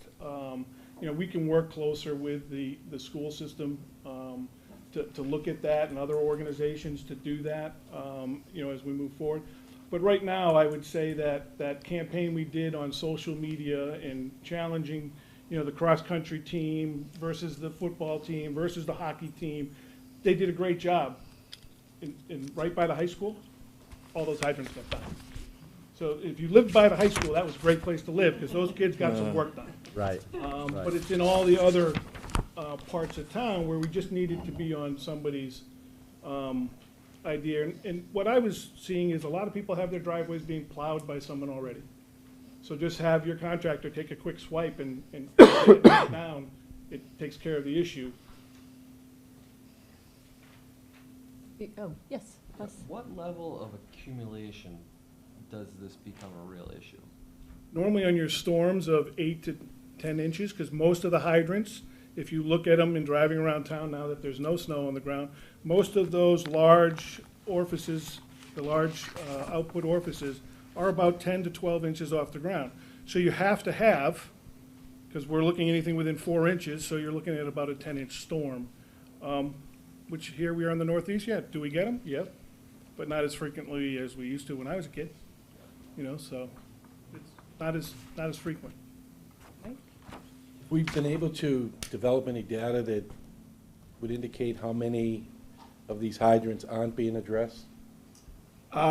I can only go from the 120 days that I've been here or so in the one storm. And when I was looking at it, driving around town, it was about every other hydrant that I was looking at other than in the high school area. How many hydrants are in town? 605, but there's probably more like 625, because I've already found 2 that weren't in our GIS system in my driving around. So we're updating that all the time. So it's about 600-ish. 600-ish. Before we open this up to residents, we all received a letter from someone who couldn't be here this evening. I'm just going to summarize what he set forth. This is from Mr. Ernie Greppin at 490 Gay Street, and he wrote to tell us that he is an 82-year-old resident. He said in the past, removal of snow and ice around the hydrants was done by Dedham Westwood Water. Why can't that continue? Maybe you can address that. But he said chief among his concerns is the safety of the individuals who will be attempting to remove ice and snow from around the hydrant near their property. You know, he makes clear that although he can do this, he's wondering if other folks his age can do that. And he thinks that it's a grave safety issue created for a person clearing snow on a busy street, such as Gay Street, where he lives, especially when a plowed embankment gets plowed over, it hardens during the day, and he questions, you know, the safety of being able to do that on a busy street, and also raises the issue of being away. So you've partly addressed that, but I mean, there are a lot of folks in town who live on busy streets. How can we keep people safe? Most of the time, even if we're out shoveling hydrants, most of the time, we're not gonna be in the street ourselves. I mean, in some cases, we don't drive the big trucks with us. We park one of our smaller vehicles, because we're hiring somebody in off on overtime to do this. They're throwing a shovel in the back of one of the cars. They're gonna jump out, they're gonna park in front, it would be the same way. And we always ask that people start from the inside and shovel out. So you're never in the street. It's not a good place to be anyways when you do that. So that's how we train our folks to start shoveling. And then you're never out in the street. And then you put a car there to protect yourself so you don't get hit by someone not paying attention to it. There are some places that don't have sidewalks though, right? So But yeah, it's part of their yard. You would just walk out in the yard and shovel away at that area. I mean, that's how we do it, you know, if we're out there and able to do it. And we would identify those real big hazards. Again, we can't do 600-ish hydrants ourselves, but we might be able to do 50. We might be able to do 60. Questions or comments from residents on this? Yes. The microphone is here, actually. And if you could please state your name and where you live. Hi, I'm Kathleen Lynn. I live at 10 Cedar Hill Drive. I don't know why I'm coming back to my chair. It's a weird thing to do. So I love the suggestion and getting community involved, helping each other, and certainly safety is very important. But I like things that are free. So I was thinking, rather than kind of threatening to charge people money, on Westwood Day we could give away shovels that have a mark that say, I sound really nervous, sorry, I am a little nervous. When the snow gets up to here, shovel your hydrant. Like, there's just other ways, I think, of achieving the education. But I appreciate what you're trying to do. I just, I like free stuff, so. Thank you. Any other questions? Yes.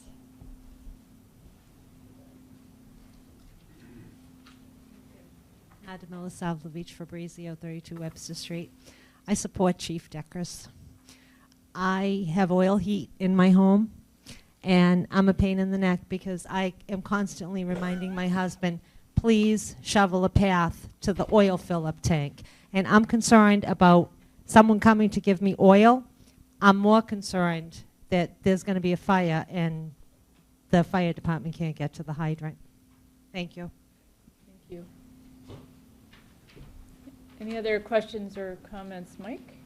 Yeah, I just wanted to make a clarification.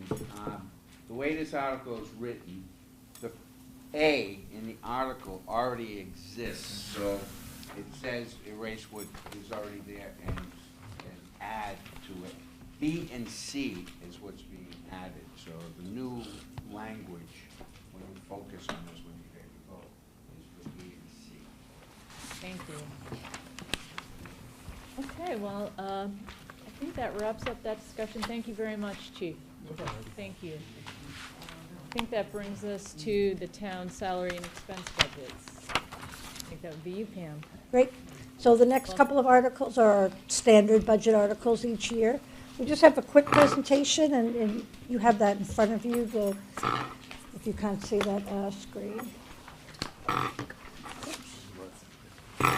Okay, so our standard budget articles each year, the first couple that we do at town meeting are the ones that supplement the current year's budget and take care of any unpaid prior year bills. We then have our main operating budget article. We then have a series of capital budget articles, appropriating funds for school, municipal, and sewer capital items. And then we always have a couple of extra articles dealing with our reserves or liability accounts. So appropriations to our stabilization fund or to our OPEB accounts. We did at your last meeting go in depth through all of the budget that the selectmen had put forth, and there's not been any changes to the budget from what you've seen or what's in the printed budget documents. We always just like to remind everyone on this slide that we're trying to deal with a lot of areas in the budget. Not only our school and municipal budgets, which are most familiar to people, but our capital budget, our reserves, our liabilities, trying to balance all of those against our tax bills. I think the selectmen in the last couple of years have put forth budgets supported by the Finance and Warrant Commission, voted by town meeting, which are really doing a nice job of addressing this wide variety of areas that we need to with the town funding. So we won't go in detail on funding since we did such a long walkthrough at your last meeting, but that information is available online. That presentation and our budget summary books are on the town's website, which have all of that. We talked about the tax levy, we talked about University Station, how much money we're getting from that, how we're using that money. All of that is in that material. Can I just interrupt for a second? You say there are no changes, but there's been a shift on the school budget because you've asked that an amount to be switched over into that budget from the town budget for University Station costs? No, we've not changed what we've been showing as an allocation for the school budget. Okay. The school in one of their first budget presentations was just showing the University Station as an offset amount. Okay. And we need to vote it, so they just clarified that number. Okay, so we it's didn't going to be change a solid the number. number. It's not different. Yep, it's not the shifting. same number we Okay, were showing in for everything for the school budget. Marianne, can I just ask one question? Could you clarify for the record how we've done with University Station revenue, because there was a statement made today that it underperformed, which I think is basically totally incorrect. That has revenue exceeded our expectations? The revenues exceeded the expectations of when the project was first presented. I don't have a slide to that on University Station, again, because we went through that in great detail, but it is online. But the project has brought in over $5 million in new annual revenue for the town, which is quite significant. We've used most of that money, a good piece of that, towards helping our school and municipal budgets, making sure that those are in good shape. We've also used some of the funds to offset any increased costs we have in town to service the project, particularly with our public safety departments. It's been a terrific source of revenue for the town, as well as really helping us shore up that commercial residential split. I just want that clarified so we have the facts out there. The other thing, there were also funds were provided for us for additional capital needs like the Deerfield playing field, et cetera. So the town did receive substantial benefit from University Station from a purely fiscal perspective, yes? Absolutely. Okay, thank you. And I think I'll only add to that, George, and you'll see later on in Pam's presentation. Tonight you'll see over $400,000 from meals tax money, most of which is collected from University Station, for things like tennis courts at the high school, upgrades and modifications to the pool. So the revenue has been increased. Thank you. So just quickly, a couple of slides before we look at the actual articles, but this slide just summarizes the total revenue that we're budgeting for FY19. Our overall budget, $96 million. It's shown in the blue piece of the pie, 80% of that comes from our taxes. That's very standard for a municipality in Massachusetts to have that kind of revenue chart. Since we work under Proposition 2.5, it makes it a very difficult financing model. We run on taxes, we have restrictions with what we can do with our tax levy. We're always trying to balance how much we go back to our residents for additional taxes. So it's a difficult model to work with. We looked at your last meeting about the components of the full taxes. The more of that comes from commercial revenue, the more that helps our residential tax bill. But $96 million in total for FY19. On the proposed spending side, spending that $96 million, the largest piece of our spending is for our school and municipal operating budget, $65 million for those two budgets, or about 68%.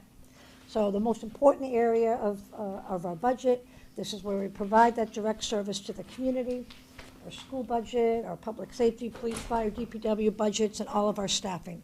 It's the main area of what a town does, what any town does, is where we provide our core services and where we are spending the majority of our funds. Just looking at the actual articles, as I mentioned, the first one. I had a question. Oops, sorry. I'm sorry, I'd like to interrupt you. I just can't believe I've never asked this question before, but how does our operating budget compare to the towns that we consider our peers that are a similar size? Yep, we do include some of that in the in our budget summary book in the back. The Department of Revenue has some great areas on their website where we have to, every community has to kind of post lots of data, and it's very easy to go in and compare. And we're really pretty much right in line. Kind of the percent that we spend on our school budget as compared to other areas, really standard for communities that we would compare ourselves to. And the 96 million? Sorry? And the total budget as well? And the total budget, yep. We're really a pretty much standard suburban, kind of high-performing community. Those are the communities we present ourselves with, and we line up quite well. You're showing 6% state aid for 2019 budget. What has been the state aid contribution, say, for the last 5 years? Has it As a varied? percent of budget? Yes. We've seen relatively little change with that. We really, don't get a significant amount of state aid. We get just over about $5 million, most of that coming from Chapter 70, the education aid. And then we have some municipal aid, about $700,000. In the current year, the governor had a 3% increase to the municipal aid category and a very minor increase to Chapter 70. I think just the $25 per pupil for the Chapter 70. So the 6% has really not fluctuated over the years. The good news is when the state has difficulty and they're cutting state aid, it kind of really doesn't affect us either, because it's really not a big component. And again, that's very standard for a community our size. If you looked at, Wellesley or Weston or Needham, other communities are gonna line up right like that. Large cities, very different. Lawrence, Springfield might be 50 or 60% of their budget is coming from state aid. Thank you. So just looking at the articles,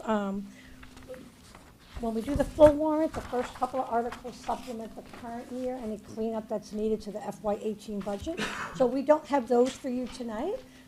We'll be working on those more over the next month, and those would be done at your public hearing at the end of March. As well as the unpaid bills, we don't expect any, and I think the selectmen are going to pull that warrant article at their next meeting because we've really not, the last several years, had any unpaid bills to deal with at town meeting. So then our next budget would be our main operating budget for the town, $91 million operating budget for FY19. The bar chart shows you the components of that by category. Shown in blue, the school, $44.9 million, municipal budget in red, $20.6, our fixed cost budget, $14.7, debt service, $6.1. Again, that's really pretty standard distribution as it's been in prior years. We do, in our budget documents that you've been reviewing and in our budget summary book, we show the history of what the budget increases have been year to year for our school and municipal components. So we've talked a lot about how in the first couple of years when University Station came online, we were using some of that funding to supplement our school and municipal budget, and you see those in the left-hand of the table on the bottom, FY16 and 17, where we had some larger than normal increases to our budgets. And now in the last couple of years and proposed for FY19, we're returning more towards a 3% increase for school and municipal, which is more of our sustainable rate going forward. So that's what's being proposed for FY19. The schools a 3.4% increase, municipal 3.1%. Just one more slide on that operating budget. Again, $91 million budget, 3.8% overall, or $3.3 million increase over the prior year. And this table shows the individual components, what's happening with each of those as a change from year to year. Pam, what's changed with fixed cost? So the fixed cost budget encompasses all of the benefits and payroll taxes, et cetera, for all of our school and municipal employees, including our health care costs and our pension costs. Is that what's driving the? And that's what's driving that increase. And we have that, unfortunately, is about a similar increase to what we've had in the last couple of years' budgets. Our pension assessment, some of our payroll tax costs are trending higher than, you know, are trending high. What's the biggest driver in your opinion? Is it healthcare or is it pension? Right now, it's the pension. All Massachusetts pension systems are on a mandatory funding schedule. We're about halfway through a mandatory 30-year schedule to pay off an unfunded liability. So those systems have to set their assessments out to the communities at a rate to stay on compliance to meet mandatory funding. So our pension assessments the last couple of years have been in the 12 to 15% range, quite high. Healthcare has been a somewhat more manageable 4 to 6% increase over the last couple of years. GIC just sent out information to the community that they're pushing to keep the healthcare costs this year down. I think that means that they're going to be shifting some part back on to co-pays and things like that. Okay, so that's it on the operating budget, and I know your committee has been meeting with all of the departments and going through those, and I think reporting out next week on any updates. So the next couple of articles deal with our capital budget items. And as with prior years, we'll have an article for municipal capital, one for school, one for sewer, and one for other capital. We consider our main municipal and school budget capital articles our base capital articles that we commit to every year.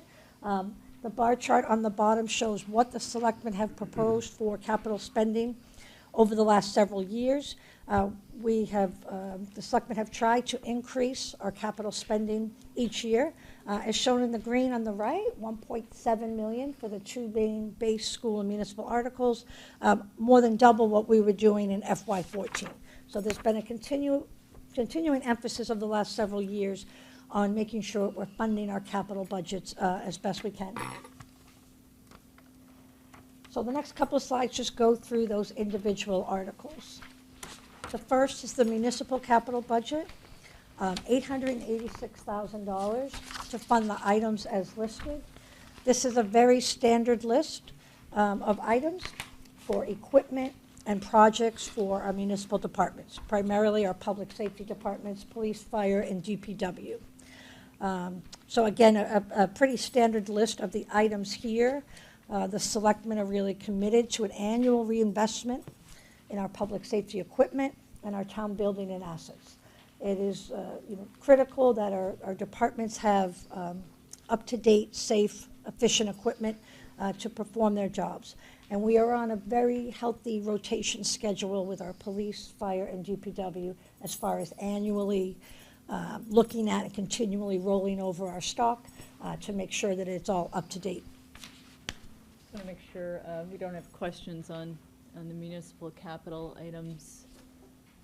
I was just curious, Todd, on the plow trucks, is that a replacement of what you have? How many do you have?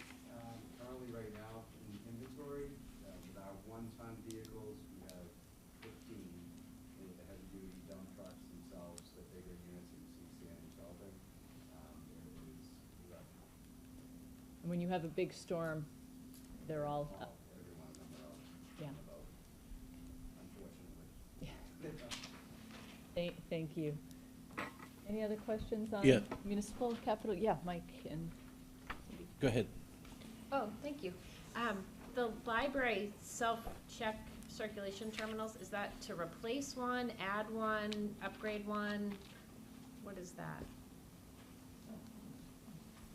It's to actually upgrade the two self-checks that we have in the main library.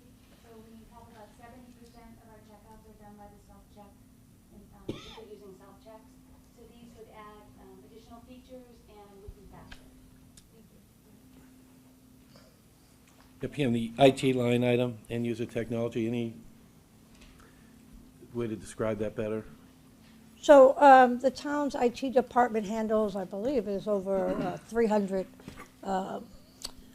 different, computers and printers and equipment out in all the departments. And the same thing, they have kind of an annual rotation where they'll go in and look and try to replace those on an ongoing basis, so that we're never kind of stuck with, everything's outdated and we have to replace it all.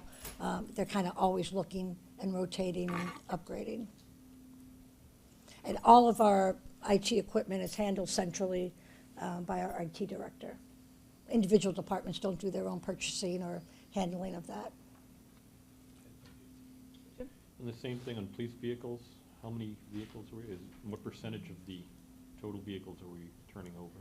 So we're on a rotation where we do 3 vehicles annually, again, so that we're never at a point where everything is kind of outdated all at once. They're kind of constantly rotating. I don't have the schedule in front of me, but we do have in the budget summary, we have kind of a listing of how many vehicles each department has, as well as the description of each of these projects.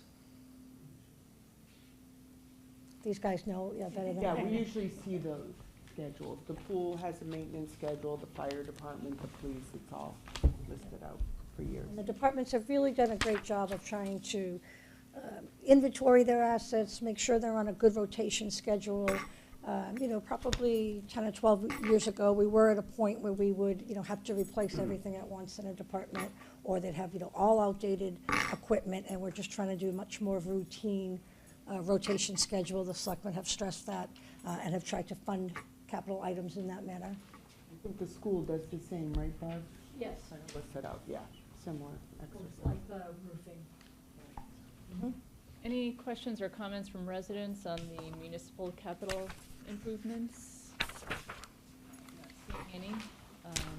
So the next article is the school capital budget article. $867,000 for the items listed here. And again, this is very standard, and the items listed here are standard. This is coming from the school department and the school committee, the items listed, but it's their regular, again, rotation and upgrade, making sure they're maintaining their buildings and equipment. Continual reinvestment. Questions from FinCom, Jim? Between these two, we have a little over 1.7 million in free cash. And the free cash was the money that came in after last year's budget. Is that correct? So what's the driving force behind that 1.7 million? Where's that coming from? So free cash is something that's annually certified. So it's really, in a sense, our retained earnings. When we finish a fiscal year, the state certifies an amount for every community. In a sense, it's available retained earnings that can be appropriated at a subsequent town meeting. So every year we have a free cash certification. And again, that's a page we have in our summary book that will show you each year what our free cash has been. So it's really, for municipalities in Massachusetts, we budget to have revenues match expenses exactly. We have to be balanced in order to get our tax rate certified. When the year closes, there's always some expenditures unused, and there's always some revenue over budget. And the way the state certifies our tax rate, we're kind of forced to be conservative so that we can't, kind of overspend funds and push a deficit forward year to year. So every community in Massachusetts has some free cash. The state certifies it, and then you can budget and use it. So our amount that we have available to use for the FY19 budget is just over $5 million. We're using in total $2.1 million for capital, and we're using $100,000 for our stabilization article that you'll see coming up.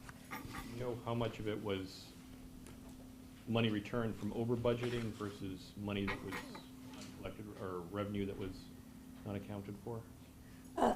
Also a component is that we have a fiscal policy not to use the full amount certified.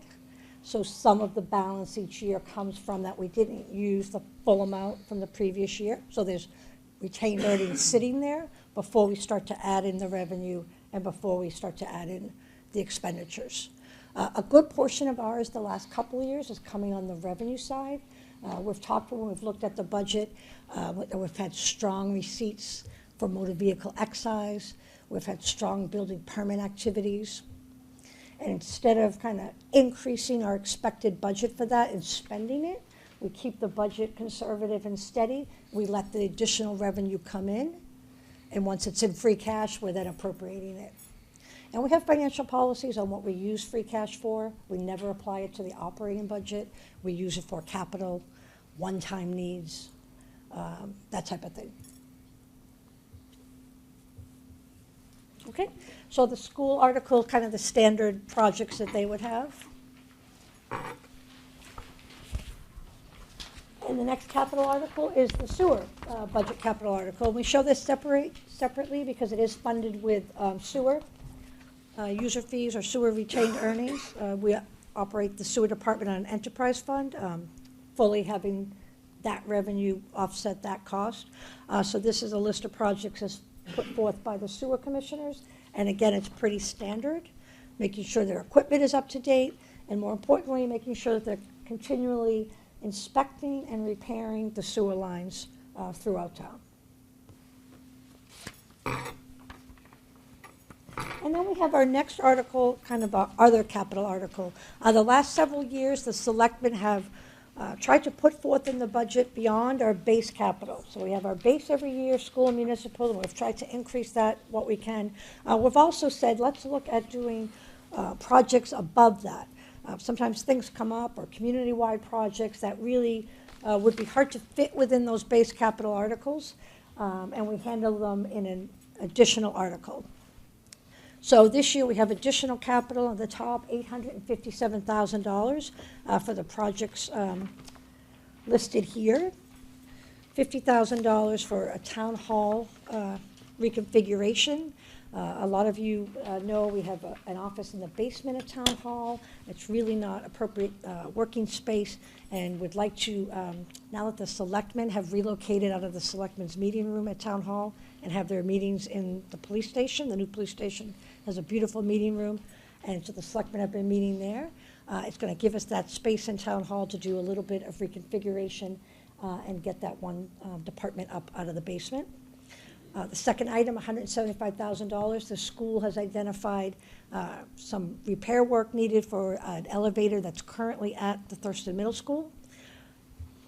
$100,000 for design funds for a Board of Selectmen DPW project to work on the traffic signaling on High Street. The state has a program that we can get some funds to help us with that, and we need to appropriate some design funds in order to qualify for the state money, which I believe is $400,000 or $500,000. 500,000? It could be closer to 6. Is this right in the center of town? It's all Or- along High Street. All the way to Summer? Yeah, it involves, like Mike said, the traffic signals from essentially Bowerbrook all the way up through Hartford and High. And the technology is called adaptive traffic signalization. And we met with Mass DOT District 6 months ago just to present the notion that town of Westford is very interested in pursuing this from a grant opportunity perspective. And the state was very receptive. So this initial investment, similar to how we've approached the Complete Streets program, it's a significant return. I'm pretty confident that we'll get them to fund the construction phase of this though. It's $100,000 for design, of which I've spoken with him a couple of times regarding. It actually might end up being a little bit less as we get closer to the end of the fiscal year. And Todd, what kind of improvements do you think we could hope to see from this? I think there's always been inquiries of how we can improve traffic flow along Route 109. Are we ever going to eliminate traffic along 109? No. Are we ever going to eliminate the cut-through traffic through the traffic calming neighborhoods? No. But I think this would probably achieve a better balance. But Todd, I think I want like specifics, like it would detect when there's no vehicles, so we wouldn't waste time on a green light, It would like detect- Exactly, so if you're. smart technology to actually detect motion. So in other words, if there are no vehicles sitting at the Gay Street Route 109 intersection, it would automatically refresh itself to let the other signals know that there isn't a need or necessity to have that green light green at that point in time. So there's only one other area in the state right now that's pursuing this. It's a seaport district in Boston. So they're pretty jammed down there. I think this would fall in line. Great, thank you. You're welcome. Okay, another item on this list, $100,000 for the affordable housing property in town to help do some necessary maintenance to some of those, some of that housing stock.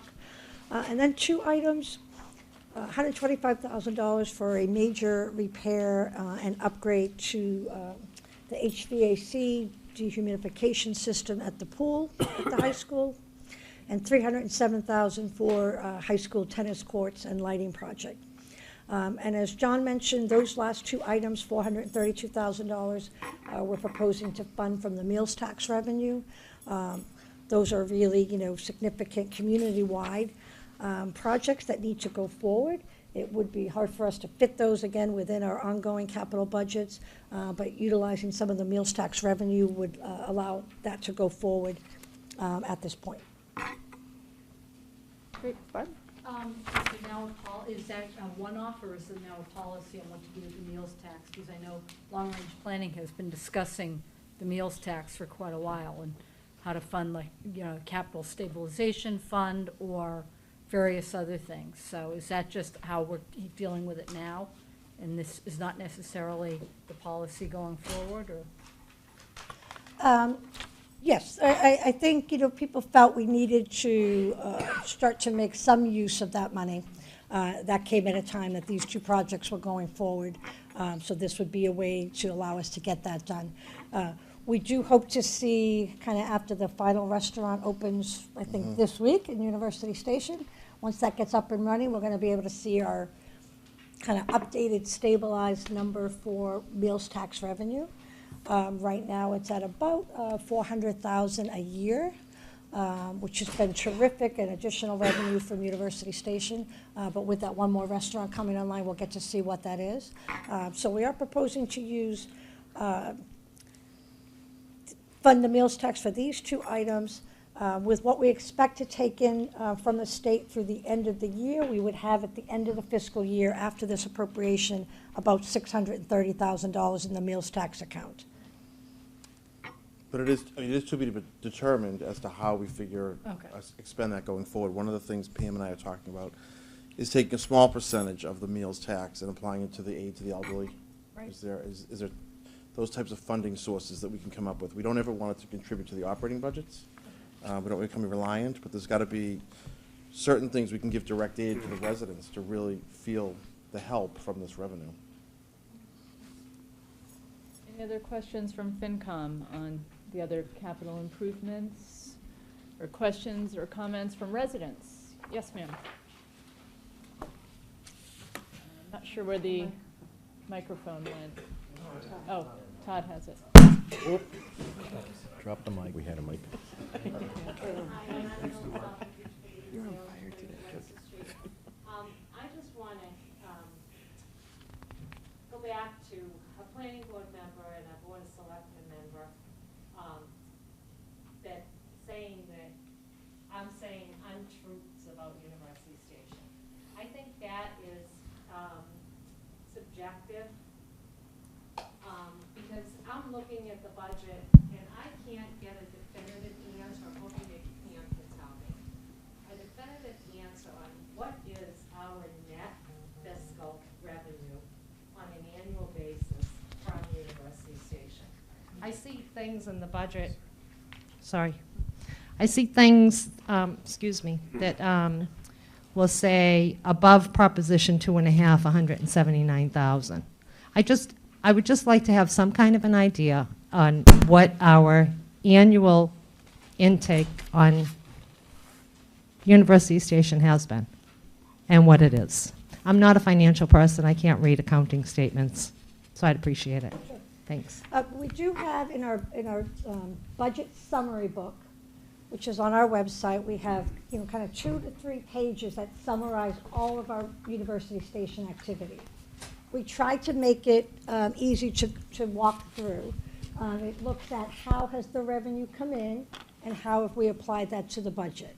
But we right now, we have an additional annual $5 million in revenue from the University Station projects. But you know, I could send those couple of pages out to you. No, I appreciate You know, it. we only are not talking about it tonight because we did do that at the last FinCom meeting in quite some detail. They're all nodding their head. We spent a lot of time looking at it. But it is on our website, or I could email it to you directly. But we want people to know exactly how much has come in from University Station and how have we used that money in the budget process. Thank You're you. welcome. Anything else on these capital items, Mike? I'd just add that when we did the fiscal report on University Station, we estimated there'd be $5 million in additional net gross revenue. We've achieved that. There'd be an additional $3 million net revenue. We've achieved that. And we still have developable land available in University Station. There's a project going forward, the condominiums. There's some more office and retail in the front of where the condominiums are going to go. And on a plateau, there's 3 pads for office development.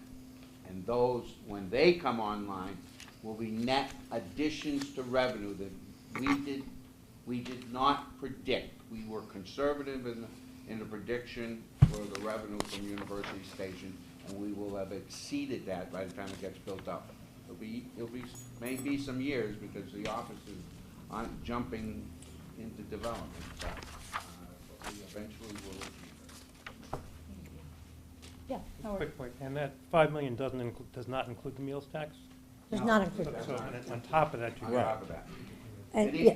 Yeah, The the other increase, thing that goes unspoken, that I don't even think we fully realize, the adjacent properties have sold for much more than they were assessed a few years ago. And the full expectation is that the other 100 acres in University Station that wasn't comprised in the 140,000 that was University Station will in fact someday achieve, you know, new growth as well, because people aren't paying those monies without an idea that they will develop them into something better than exists today. I think we can move on to the other capital. The other capital is just, capital the other is improvements. just the ambulance. We're showing that separately because that's a direct revenue source that can only be used for ambulance-related costs. So a couple of items there that we would always have, and then this year to replace the ambulance. So we only have that once every 4 or 5 years, but to replace the ambulance for $360,000. Okay, so that's the capital, and then just quickly, our stabilization fund, just our annual transfer of $100,000 from free cash to the stabilization, just to keep us on target. We're in really good shape with that. Currently have $3 million in the account, puts us right near where our target needs to be. Super important component of our AAA rating. And then finally, the appropriation to the OPEB liability trust. We have included in the budget $1.4 million for this year's annual appropriation. That bar chart shows you what the appropriation has been every year. And clearly, you can see by the chart, we've made tremendous progress on that, and the FinCom's well aware of all the work with that and how we've been funding that, but we are really in very good shape with that OPEB liability. So as shown in the green, $1,415,000 would be the appropriation for FY19. Questions from FinCom? Any questions or comments from I had residents? one question. I'm sorry, Mr. Rob. Just on OPEB, I don't want to leave that too quickly. But have we received a new actuarial assessment? It should be due any day, right? Yeah, I know we keep saying that. I think like there's so much work for them now, because everybody has the OPEB. So the Siegel company that you've met before, is the actuarial firm, is doing the update. They have all of our data. They're kind of going through that. I do expect that it would have that sometime in March. Okay. So either way, whatever the report would say, if it were to suggest a larger liability, this is something we would probably deal with next. In the future year. Not Yep. this year. Okay. Thank you. Yep. So the appropriations that we're making in 19 as in 18 kind of worked up the last study and the suggested increases that we needed each year. We would then see what the new study does and kind of start with the FY20 budget addressing what that is. Right. Okay. Thanks, ma'am. Any questions or comments from residents? Okay, and I think Chairman Hickey, you're going to update us on what's to come at our next hearing. So there are, again, as Pam said, the unpaid prior bills and any supplemental appropriations would be at the 26th, as well as there are discussions between the town and the developer of Islington regarding the potential disposition of property or a land development agreement. And so we're just not prepared to discuss those tonight. The abandonment of portions of Hedgerow Lane, there is, again, ongoing discussions. We think we're close, and we think that there will be a warrant article for Hedgerow Lane. And lastly, we recently have advanced this notion of having an appropriation for a study of municipal buildings and overall safety and what we could be doing better while we continue to own a number of properties. At some point, we will building a new school, we will use new technology, but we continue to run 8 elementary schools and a large number of municipal properties. And so we thought it would be healthy to have someone take a look at that and see what enhancements we could offer.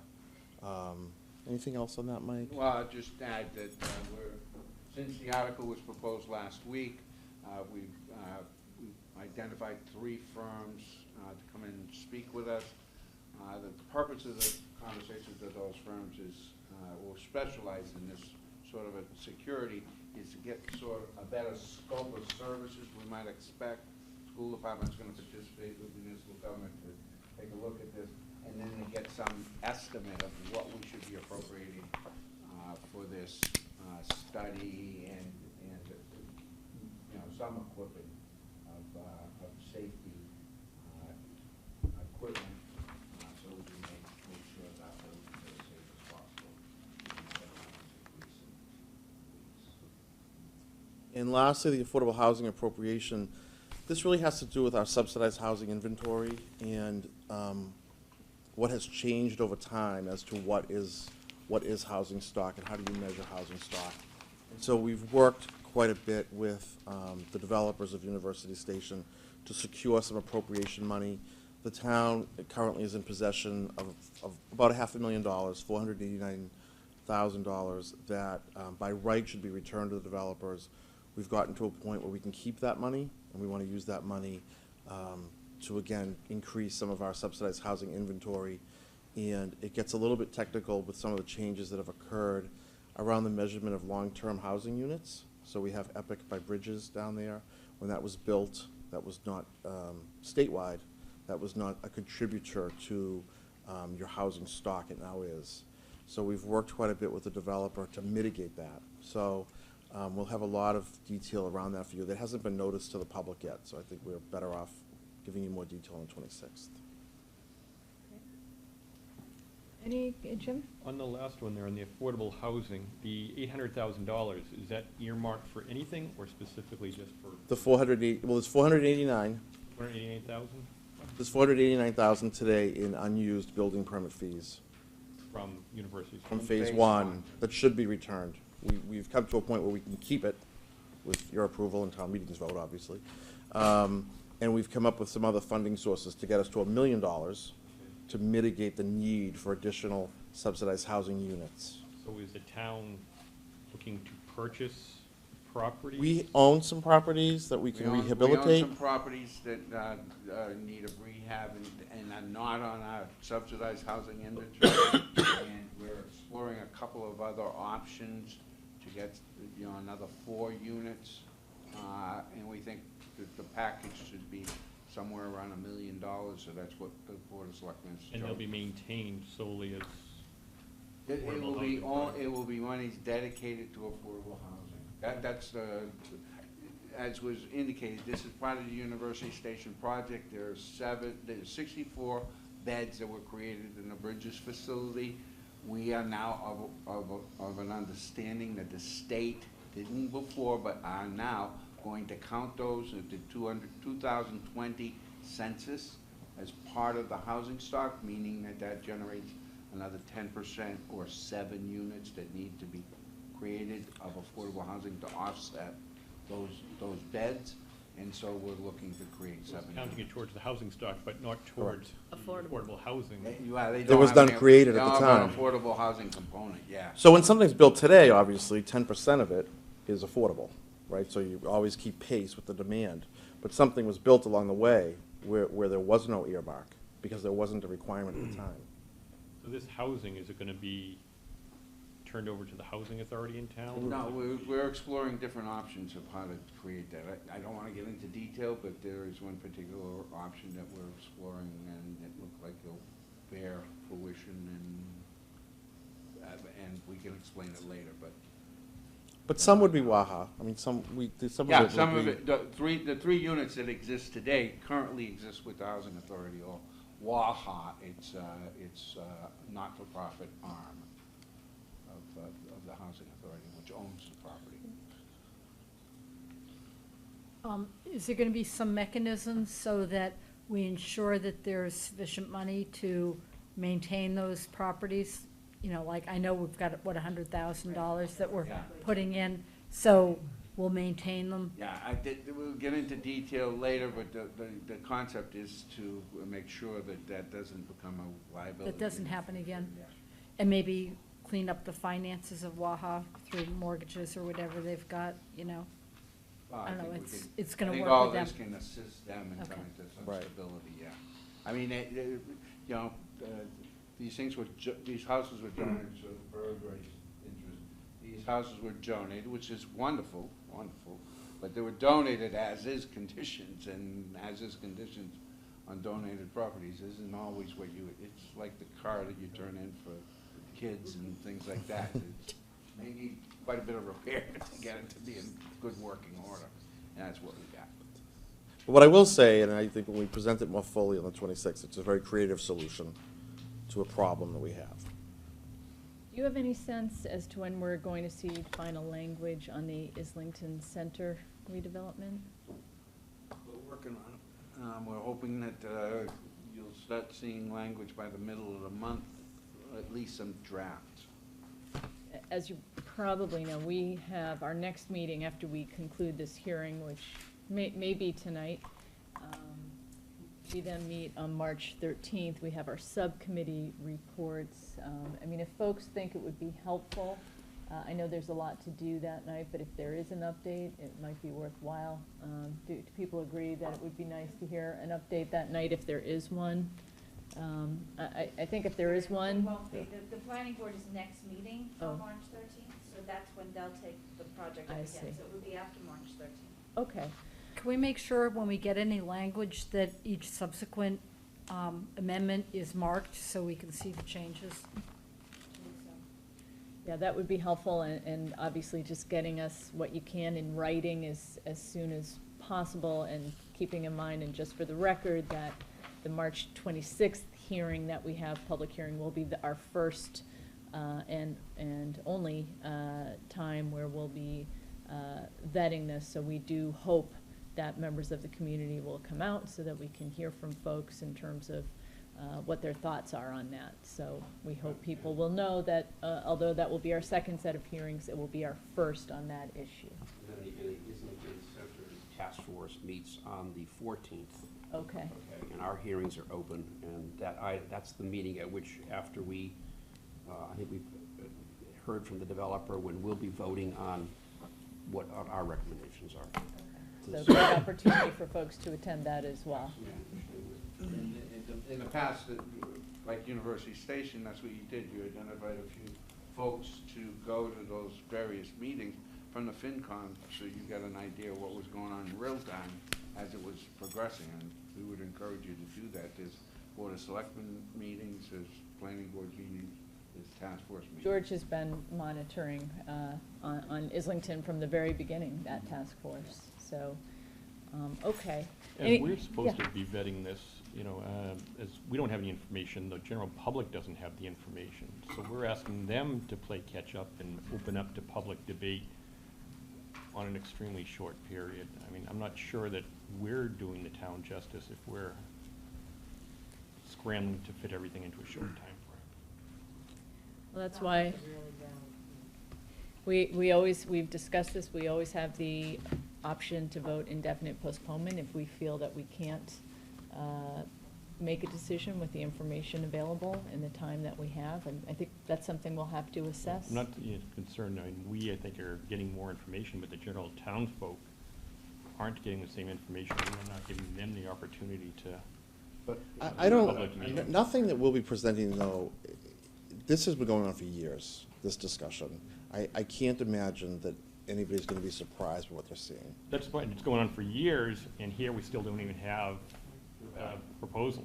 But you have a lot of public meetings. Right. The planning board heavily attended, the task force, I wish we would get more there, but there's been a lot of public meetings on it. I think the challenge is, and Mary Ann raised an interesting issue, it may be useful on these very critical issues to have FinCom members attend some of the, probably especially the planning board meetings. I mean, those are where I think the most detail, most discussion comes out.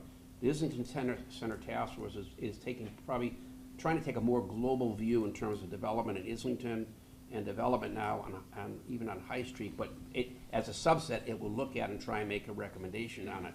But I'll tell you, the thing to, you know, I think some of the public hearing for the planning board easily must have had 100 people there at the, was it last week? And I just find if you can get the time, that's where these things are really being vetted. And I think it's a struggle for the FinCom because everybody's busy, but it's like, you know, those are fairly intense meetings and presentations, and there is a lot of public feedback in those sessions. And it's all on tape, all online, and it has been a progressively changing process whereby a lot of listening has gone on and modifications have been made to try and address the issues that, that the committees have confronted or that they've heard from the public. And so there's a lot of effort that's been. That's a different, all that's not the point, though. The point is that we're going to be asked to give our recommendation on words that are written in a warrant article that we're going to see maybe that day. So that's what we're saying we'd like to not see it that day. Because if we do, we're not going to have time to consider that warrant article. Forget all the context. We've all been listening. We've been going to these meetings and we've been listening. So the question is that article. Yeah, and we'll get that to you as early as we can. I mean, what we're saying is we can't get it to you before, by your next meeting to Yeah. come and present it, but if we can get it to you individually to be distributed, we'll get it to you. We obviously can't deliberate outside of our meetings, but it would be nice to be able to digest it and have time to think about questions and what we'd like to discuss together and at our hearing. So that would be very helpful. It might be, just a suggestion, if you want to hold a special meeting just before you hold the next hearing, to just work on, to just look at that and have that explained to you, we'll try and accommodate. Yeah, let me. At this point, we can't notice another meeting. I don't think that we can. Marion, because there's two components. I think Mike's raising a very interesting issue here. One is, what is the project that's being proposed in terms of what's supposed to take place in Islington? But probably the more complicated part of it is, what's the relationship between the town and the developer? Because that's where, you know, there's negotiations between the selectmen and the developer in terms of, can they reach an agreement on what they want to take forward? So there's really two components to it. And so I'm wondering, Mary Ann, if something, I guess, Mike, when do you think the earliest that something could go to the FinCom? It's also going to be hard to understand that, Mary Ann, just my guess is without having some interaction. Sometime just after the 14th. I think what we should do now is we need to move on. We've got the planning board here. They've been very patient, and they've got 3 articles. So I think we need to move on so we can get to those folks. And then maybe we can talk for a few minutes if we have energy. Well, part of what they're going to talk is exactly, is this stuff. Yeah, I mean, well, I think the question is whether we feel we can fit in another meeting between the 13th and the 26th is what we're talking about, right? So I think we should not hold up all these other folks. Let's put that aside for a moment, but you'll be in touch with us and send us the language as soon as you've got it, and thank you very much. Thank you. All of you, thank you. And with that, we'll call forward the planning board. You have 3 articles.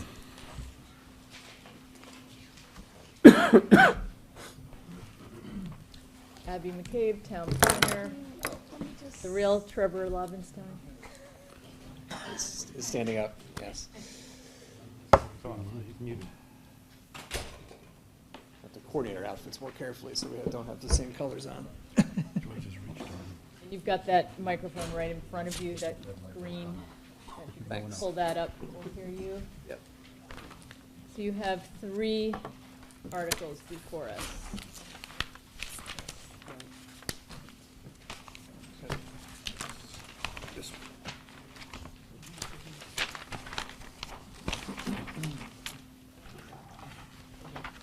Okay, can everyone hear okay? So essentially, the first article that's before you is the zoning map amendment related to Islington Center. The proposal is to expand the boundary of the local business district, that's the base zoning or the underlying zoning, as well as the FMUOD 6, the flexible multiple use overlay district, to the 9 School Street and 277A Washington Street properties. On the slide, the picture on the left is the existing zoning. If I could just see. Oh, that doesn't work. Mike, are you able to just point to the 2 parcels? The 2 parcels right now, yep, that's the 277 Washington Street. There's currently a residential property on that. And then the 9 School Street on the left, it's blue, residential. And the proposal is to expand that to the FMUOD boundary. Essentially, this proposal is making all the properties within the Islington Center special permit project that's currently before the planning board within the flexible multiple use overlay in the business zoning district. The picture on the left shows an aerial view of the properties that we're talking about. Those green dotted lines, that's the FMUOD where it exists today on the left. And those two properties, the one that's tucked behind, there's no frontage on that, the Washington Street property. And then that 9 School Street property that currently has the old tailor shop building, and then it kind of juts out to the back, and that's undeveloped land where there's some trees there. So that is currently zoned residential. It's been zoned that way. The planning board had a public hearing last week on February 27th and voted to recommend these articles, or this article forward for the map change to expand that boundary to include those parcels. And then the image on your right, that includes the area of the project that's currently under review for Islington Center. It's, as you just heard, the Board of Selectmen are currently negotiating the land disposition agreement, and the Planning Board has an open public hearing on the special permit that opened in January, has continued into February, and is continued to their meeting next week on the 13th. But that image on your right, that pink line, that's the existing zoning line. And the way the project's proposed right now, that the building on the corner of 9 School Street, that's the proposed CVS building, is kind of straddling that zoning line. And then there's also some landscape buffer area in the back part of that 9 School Street lot, and some parking that is to service the municipal uses, the library, youth and family services, as well as the retail businesses. So Abby, is this rendering, is this, the 2 peaks, is that piece facing Washington Street or School Street in this picture on 3? Where is this facing? I assume it's Washington Street. That would be but facing it's saying it's Washington. facing Yeah, School that would be Street. facing Washington Street. You're Yep. correct, the 2 peaks. Right, and so in the, sorry, this is the next slide. Oh, I was gonna get to that when we talked about the next article, but this is the CVS that's proposed. If you're looking on Washington Street, essentially where that Cafe Diva building is now, because you can see the Wild Blossom blue awnings in the background on the left there. So that's that corner of School Street, and then the new 3-story building behind that. Do you have any views from School Street?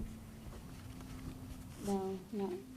No, we haven't. That would be helpful. Yeah, we haven't actually been provided, the applicant for the project hasn't actually provided many views from that angle. They've been focused on they have dozens of these things, but not that one. Well, I think that would be interesting, because I Yeah. think that's part of what people want to see, quite frankly, and what's a quiet road that has a lot of kids and traffic. Yeah, we do have some elevations of that. I That's just true, don't have yeah. it in the presentation, but helpful we as we can move get you forward. that for. I think it's all on their website too now.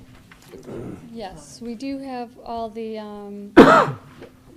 plans and material that's been submitted on our website, but we can incorporate that into the continued hearing on the 26th if we need to, or I can get that to Is Jane it out tomorrow. though on your?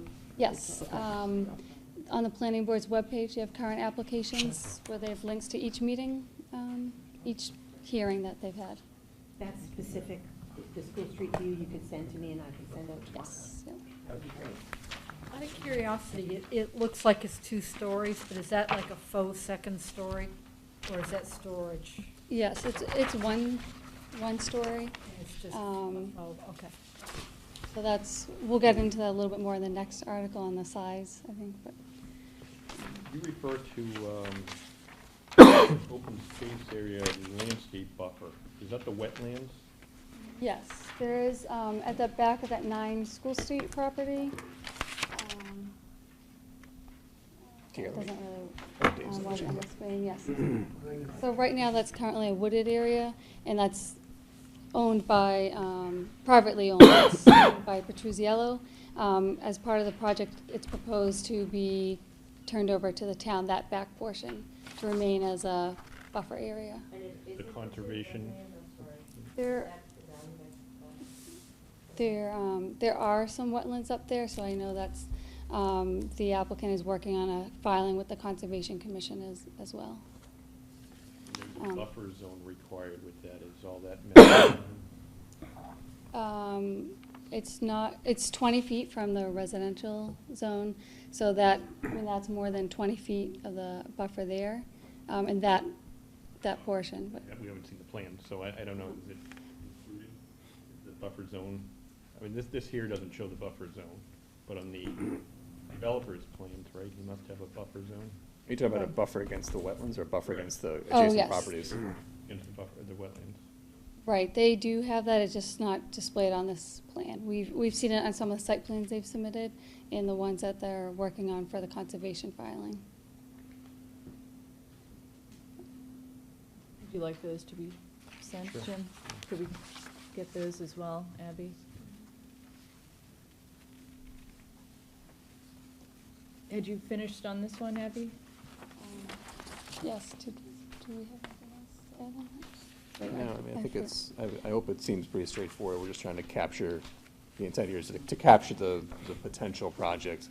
Again, this is nothing that's set in stone here. We're just trying to lay the groundwork should the project be approved to make the zoning make sense effectively. And given that one of the properties is already basically commercially used and has historically been, so it sort of has a certain amount of logic anyway, but that is the intent. On that note, in your note here, you said you identified specific design items that you wish to see improved. What were those specific design items? Right, so the planning board, their hearing is still Do you open. have a few hours? No, I'm just kidding. They've had 3 hearings, and their hearing will continue into next week. They've asked some questions related to design of the buildings, especially with the building across the street, the new mixed-use building on the East Street corner, some landscaping details. They've asked for some traffic signal timing changes that are being looked at, sidewalk changes. At the hearing last week, the planning board gave direction on a couple items, specifically the Blue Heart Tavern and where that they wanted to see that located. So that was, they provided clear input to the applicant last week, so they're working on completing the design work and updating the parking requirements after the feedback they received at the hearing in the last week. So they have. Sorry, so they haven't voted yet, but the planning board gave their initial support and stated that they requested information that they would consider to review, and were initially inclined to support it if they can fully review the revised plans when it comes before them at upcoming hearings. You've heard that this intersection rates an F at the state. Failing grade. Are there any plans, since the developer's going to have 2 of the 4 corners and basically a clean slate, are there any plans to improve traffic flow, since theoretically we'll be getting improved traffic flow? I can take a crack at that one, yeah. So we asked the developer's engineering team to look at however many options they thought were really available in terms of manipulating the intersection. Something we talked about quite a bit in the Islington Center task force meetings within the past couple of years was, if we're going to rebuild these buildings, there's an opportunity there to maybe widen the intersection, change the radii on the corners, et cetera. Like that has to improve things, correct?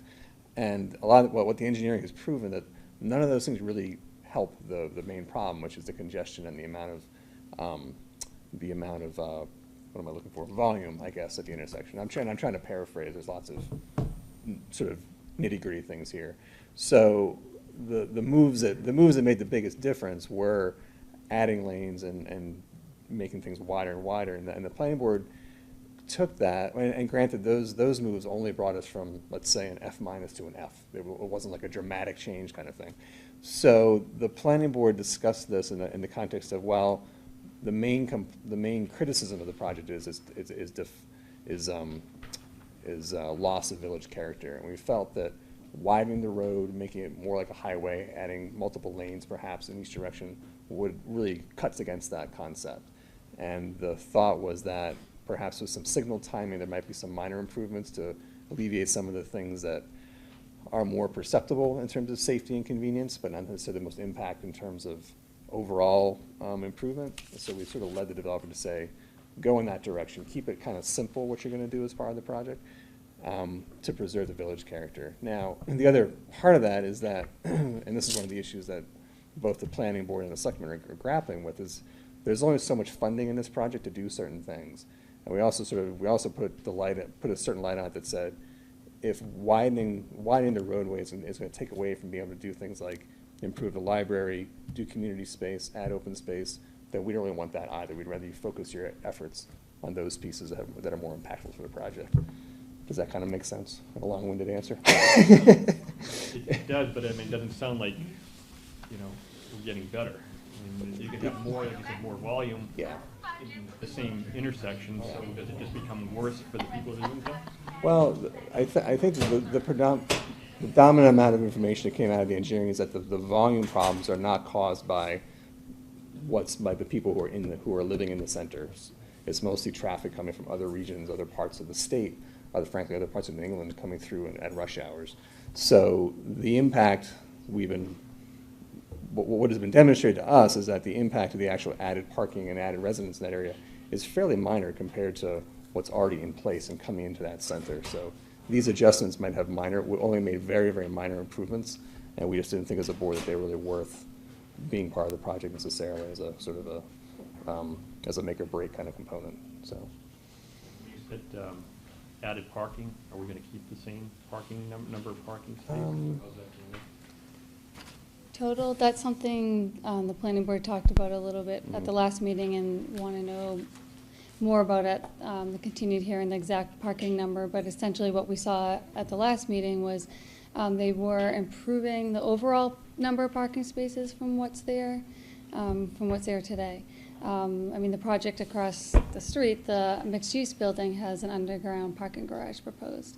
And then the 32 parking spaces in the municipal lot are recreated here on the School Street side. I mean, just to add to the volume issue, you know, between April and July with Little League over there, it's going to create a problem one way or another. Yeah, that's something that has actually come up in a couple of meetings as sort of like the kind of question, well, what about the Little League field? And that's a current problem, and that problem will probably continue to exist at a certain level, and there will probably continue to need to be some, you know, quote-unquote shared parking when that field gets very, very busy, and the parking spaces that are going to still exist behind the rebuilt Islington Community Center building. So a lot of that parking that you know now behind CVS and behind ICC will effectively be recreated just in a different configuration, because that parking is still needed for the whole project. But I don't think there's a solve for the Little League issue, and I think the project understands that, and it really can't solve it. I mean, there's no, It's not looking to solve problems, just not exacerbate. Create more, yeah. I mean, if we're not going to make them better, let's not make them worse. Yeah, I mean, I think the good news is that for the residential component, which I think is getting the most focus in terms of parking, like additive parking, that's being entirely encompassed in the underground garage beneath the new building. So those spaces for those condominiums will be completely contained in an area now, which is basically not parked. It's all built, you know, it's all been built on and will be built on in the new proposed project as well. Sure. Any other questions from FinCom on the zoning map amendment? Questions or comments from residents on this article? Yes, ma'am. Could you please just state your name and where you live? And there is a microphone somewhere. I don't know where it is. Oh, thank you.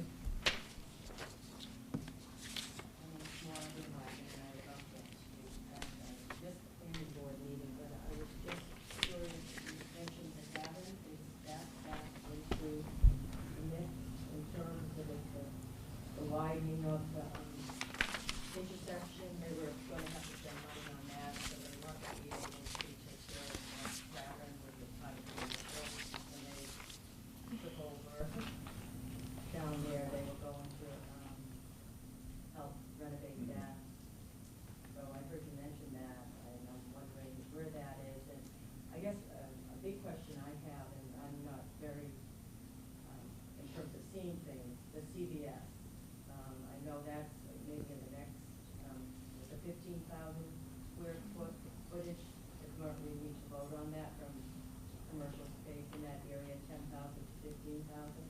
like to, if somebody could help me visualize what a 15,000 square foot CVS looks like. Is that like Dedham? You know, and it's, and my feeling is we're a village, we're small, we're quaint, and you create this big building, and again, maybe I'm wrong, I don't know what 15,000 square feet looks like, but from the picture and in comparison to the other corner of School Street that you just showed, it looks much larger. And I'm really concerned about that, being the focus of a village. Yeah, the And, question, I'm sorry. I'm sorry. So I guess the two questions are, is the tavern, you had mentioned that, and then maybe I'm jumping ahead in terms of the square footage. And I just wanted to add, somebody, a meeting or two ago had raised the question of how does this compare to the one in Dedham by Legacy? So maybe if you're able to. Compared to Walgreens here.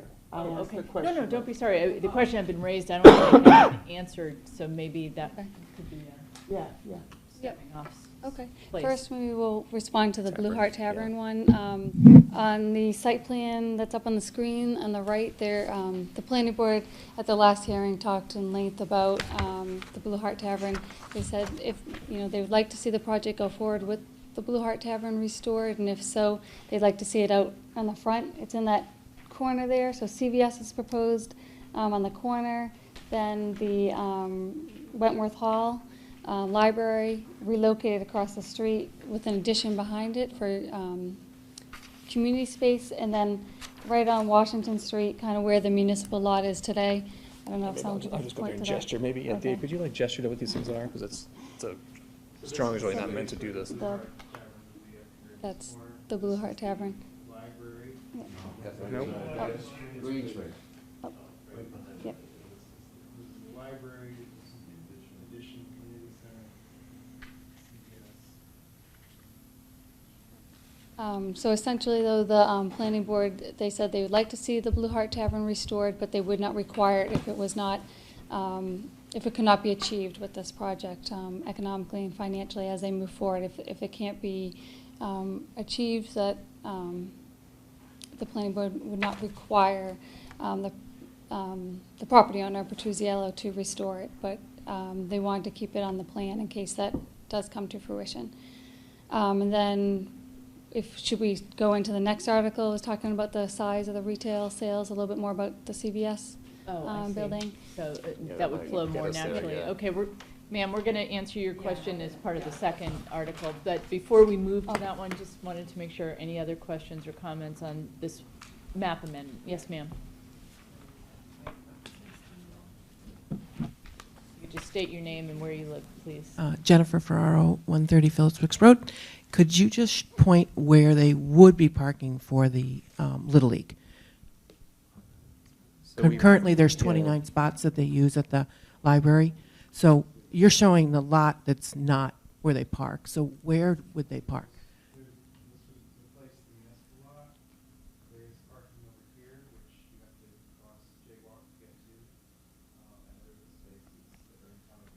Right, so one of the spaces in the front we know are never sufficient enough, but, so they always go across the street to the library where there's 29.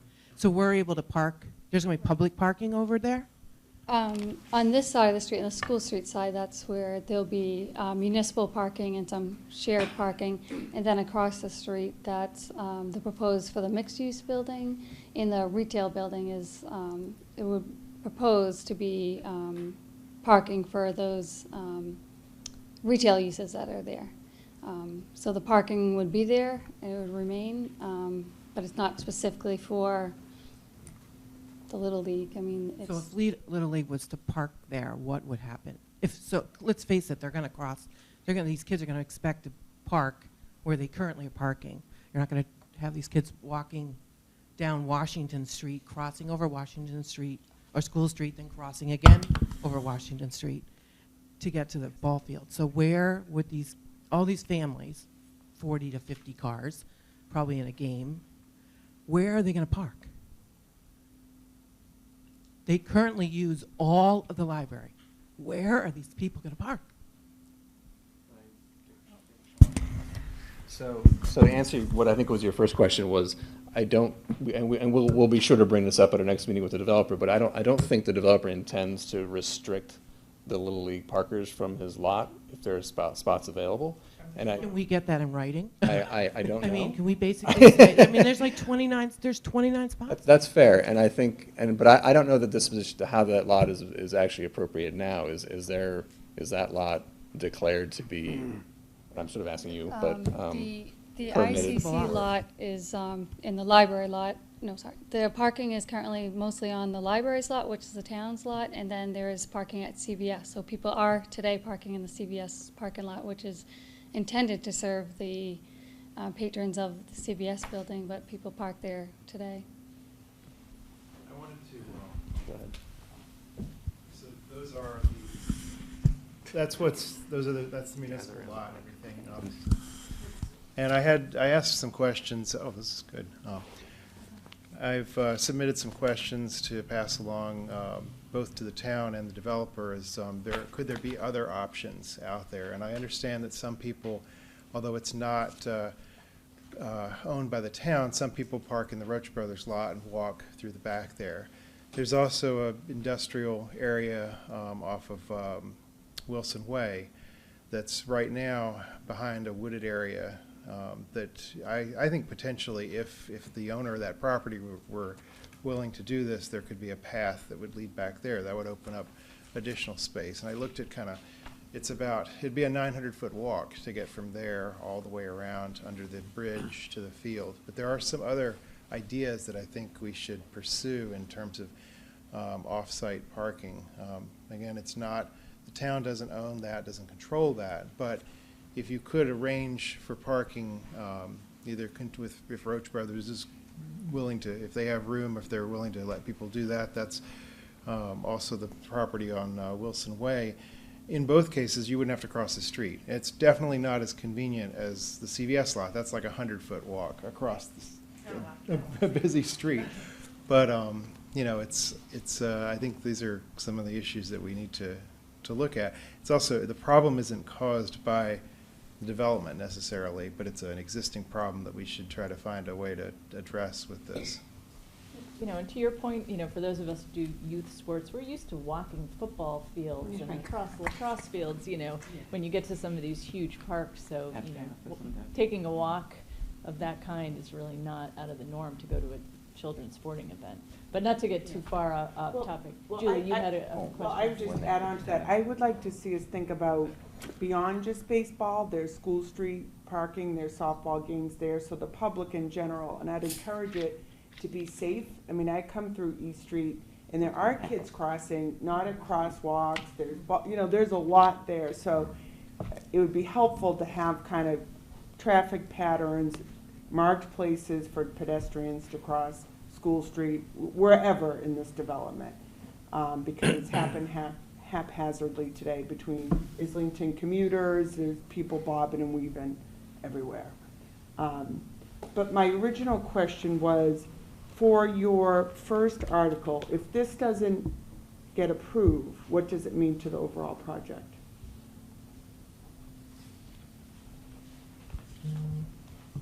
Yeah, I think all these articles have to be approved together. If any of them fails, then the project can't go forward. However, the planning board did recommend bringing this zoning article forward today, even though they haven't finalized the special permit for Islington yet.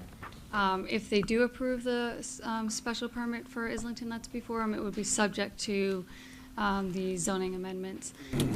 But also, I know Steve's been on the board for a while, but the board in the past has talked about extending the commercial zone for that 9 School Street property. There's currently, or most previously, it was the tailor shop use in a residential zone, so it has been used in the past as a commercial use. Well, and I think it's, these articles are tied to the whole project, obviously, and I think that, you know, it's, the first one was to expand the area so that the whole project fits on it. If the project doesn't go forward, we shouldn't expand the area, I don't think, because there's not a compelling reason for that. We were looking at this as changing the numbers in general, and I was like, well, let's keep it focused on this project. And, yeah, clearly if the overall, whatever ultimately comes up is not approved, then yeah, we should withdraw this because it only makes sense in the context of the project. Maybe a good segue to your second. Could I just say, I'm listening to the questions that I hear. I think it's time for the FinCom to get up to speed with the project, and the best way to do that is we have a tremendous amount of material on the website. The last meeting that we had, I know it was a long one, but it was that part of the meeting was maybe 3 hours. But I'm hearing the same questions and everything that's already been discussed at the planning board meeting. So I think that, it's going but with all with due that. respect, you're here to present to us and to educate us, and this is the forum for doing Right, that. yeah, but I'm just saying, we could talk about it for the 3 hours that we did at the last meeting.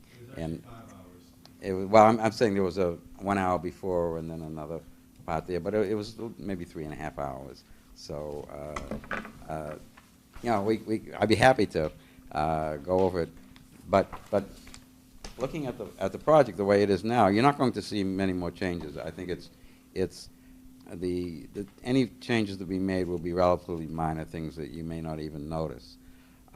So I think this is the time is now that you can really look at the project and say, okay, you can understand it and see what it is and how it works, and so the best way is the material on the site. That's everyone has to look at it if they really want to understand it. We have plenty of pictures and drawings and Got it. and maps. So don't feel that, you know, you still sit here waiting to see what this project is going to be. The way you see it here is the way it's pretty much going to be. All right, Abby, why don't we move to the second article, please? Wait, can I clarify something? Did I hear a difference, though? Did Abby say we should approve this, and Dave's saying we shouldn't if the whole thing doesn't go through? There is some conflict on whether there's value in changing the zoning for School Street, number 9 School Street?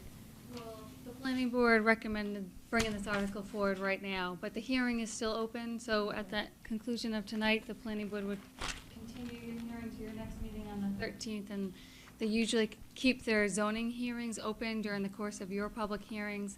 Then they report back at town meeting with their ultimate recommendation. So at that time, they would, you could revisit your recommendation and make an updated recommendation on the zoning for town meeting. Okay. I just like to think positively and that this is a good project, and as I stated at the last meeting, that 4-1, the planning board is saying this project looks good, so it's going to be going through. So this zoning change is necessary for this project. Right, okay. So it's almost. And that would be the first thing to be approved anyway, so. Well, we don't know what order. Okay. We don't know Oh. what order the selectmen will put it on. It doesn't matter, because if one fails, then basically they're all going to fail. So the property will still be there, and I think these zoning changes make sense, given that the developer has expanded the amount of property he owns, and that would, if this failed, I don't know what would happen to it, but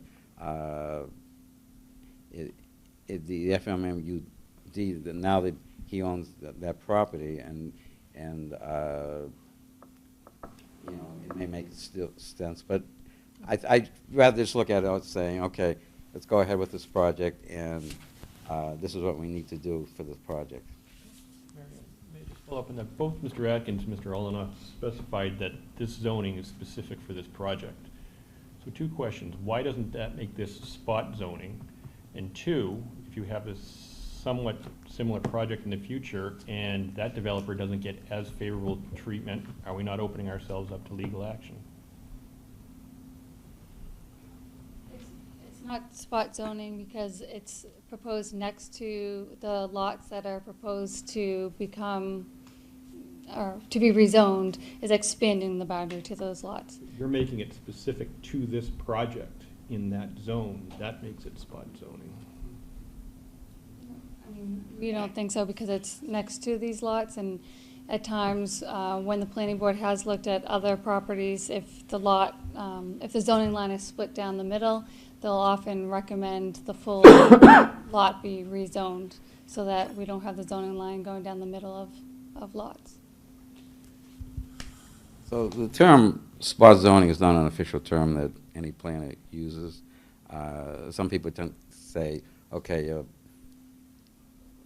rezoning a little piece here, a little piece there for certain things. This is all contiguous. It's just expanding the boundaries of an existing zone, which is the FMUOD, which formerly, included a whole lot of lots. So I wouldn't call it. About expanding the FMOD, but making this specific lot suitable for a 15,000 square foot retail unit. But legally, You're not I don't know, making- you wouldn't run into any trouble. I mean, and either But we. then my second question is, if another developer wants similar favorable treatment, and we deny him that same favorable treatment, are we opening up for legal action? He comes in No. and he wants another 15,000 square foot retail at the other end of Washington Street. Well, then that would require modifying the zoning through town meeting, and I think that's kind of why it's kind of goes around and around, but it's like, as you're talking earlier about, could we just change the rules? It's like, well, yes, through town meeting. Now, if we were in our discretion saying that we think one developer can do 15,000, another can only do 10, that would be a big problem. But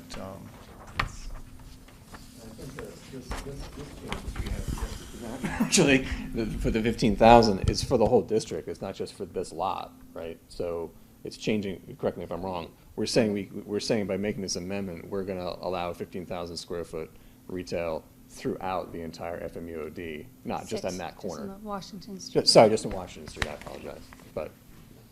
Right, so I thought it thought was you were specific talking to that about the unit. map. Right, so Yeah. the map, we talked about the specific property, and just going back a little bit. We have, since once the RFP came back to the town, the Islington Task Force reviewed it, and the Board of Selectmen reviewed it in 2016, and in 2017, we knew that the property owner that responded to the RFP did have this parcel that was zoned residential. So we have known for quite a bit of time that it would need a zoning change also on that size. So with other applications, we let them know up front what the zoning is, and then what would need to come forward for a zoning change. So the next article, that was about this is where we get into the size of the CVS. The CVS that's proposed for the Islington project is over the current limit of 10,000 square feet maximum. So the planning board is recommending adding language just in the FMUD 6, the Washington Street Business District, to allow the planning board to consider special permits for retail sales and services establishments between 10,000 and 15,000 square feet. That CVS is proposed at, it's a little over 13,000 for the retail sales area, and there's 1,700 for storage. But the way the zoning's written, if it's all on one floor, it's all combined into a total square footage. So the CVS is proposing all their storage on the first floor.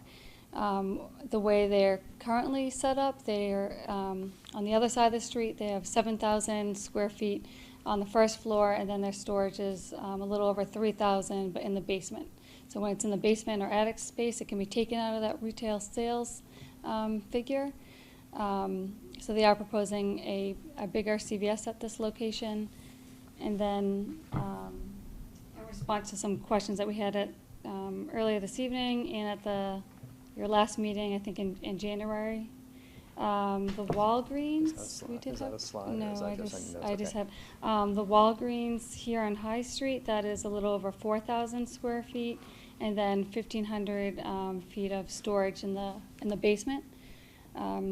And then the CVS on Route 1 in Dedham, that is 12,000 square feet, and then they have 1,200 square feet of unfinished storage, so that's a little over 13,000. So that one on Route 1 is similar to what you would see with this proposal. So, I'm sorry, it would be how many square feet on the first floor? 12,000.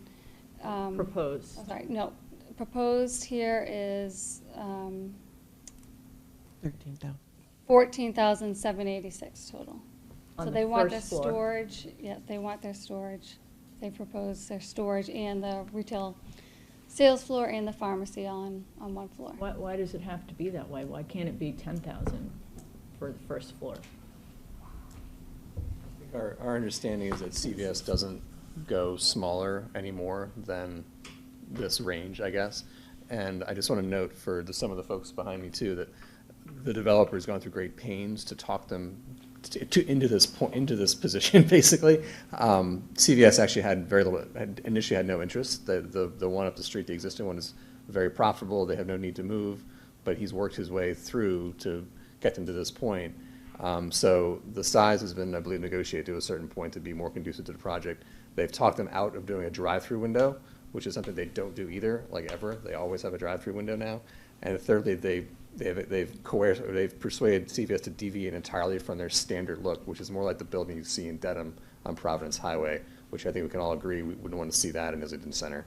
But they've managed to negotiate the deal with CVS to do this more village look for their building, which is something, again, they do on very, very rare occasions. So that's a little more color, I think, to the whole discussion. But I think the crux of this amendment is that it's the footprint you see is more in the range of what would need to have a larger cap than what is currently in the district to support it, basically. It sounds like a lot of work's gone into trying to keep the CVS there. What's the rationale behind that? Is it heavily used, or do people in that neighborhood want a CVS there? Or it sounds like it's a lot of work done to. He has a lease, right? So our understanding from the developer is that in order for his overall financial model to work with all the various leases he's trying to play, CVS is kind of a critical piece of that. So a little of it has to do with purely how his performer works, I think. Did you have something else to add? Right, yeah, I mean, I think they said that CVS likes this location and they like the business that they have there. Even, you might think, oh, they got the bigger place up the street, why don't they just go with that one? But they seem to do a certain kind of business in the Islington location that they want to continue. Barb? So if you're proposing this for throughout the FMUOD, the 15,000, is that applying to what's going to happen over at Islington Community Center? Is this like 15,000 per store or per building?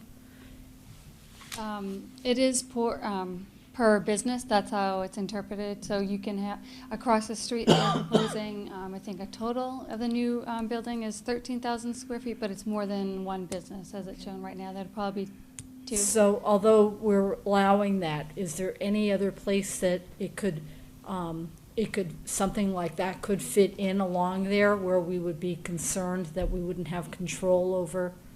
We'd always have control because this is a special permit. Okay. So just because we can allow this and that will allow this project to go forward doesn't mean the planning board will ever say yes to anyone else that comes along with something that big, and obviously we wouldn't. Other questions from FinCom, Jim? In addition to the zoning changes that we're looking at, has the developer requested any waivers that we wouldn't be privy to? Well, wait, I mean, yeah, so wait, this is a special permit process. So there are a lot of things that are built into it that we can do and go to certain limits, and whether you call that a waiver or just we're exercising an extreme of the limits or not, I don't even know if you'd call them waivers, but I don't think there's anything specific on waivers. Setback requirements or height requirements or? Just one height of several feet. There's two waivers that I think are needed with the initial plans. Is the height of the proposed mixed-use building. Right now, the ICC building is over our maximum 35-foot height, and so they are proposing a more consistent with what's there today. I think 41 was shown on the height. That was our most recent plans. And then the landscape buffer. That's something that the planning board will be reviewing, and one of the requested items to have a more updated landscape plan for the buffer along the residential properties. So that would be on the East Street side and the School Street side. So I'm, They're requesting to go up to 41 feet? no, the building, Or the current building? they're actually going to be lower than the current building, but it will still be higher than what we normally allow. Trying to get a So in that sense, yes, it's a waiver, but the building's actually getting lower. And the same thing with the buffer. The buffer is getting bigger than what we have now, but it still, in a sense, is a waiver because it's not the buffer you'd normally expect. Julie and then George. Does this CVS have the clinic in it?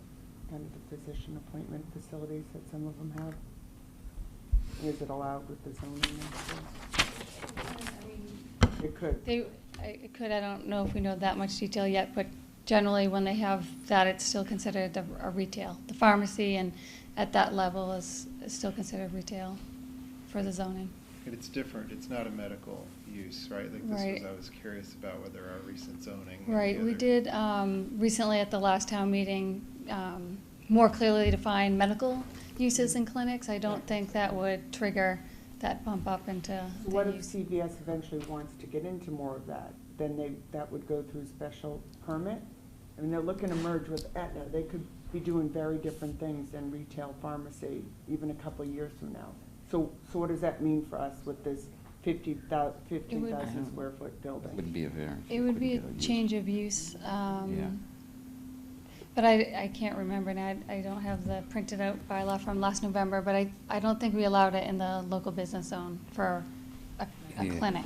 I think that was. Yeah, if it's decided it doesn't come under that use, then they can't do it. And again, the zoning bylaws would have to be amended to include that use. And they couldn't go to the ZBA either because there would be a use waiver, which they can't be granted. George? Just a question for either Abby or Nora. If this project doesn't go forward, what options does the developer have with the property they've accumulated?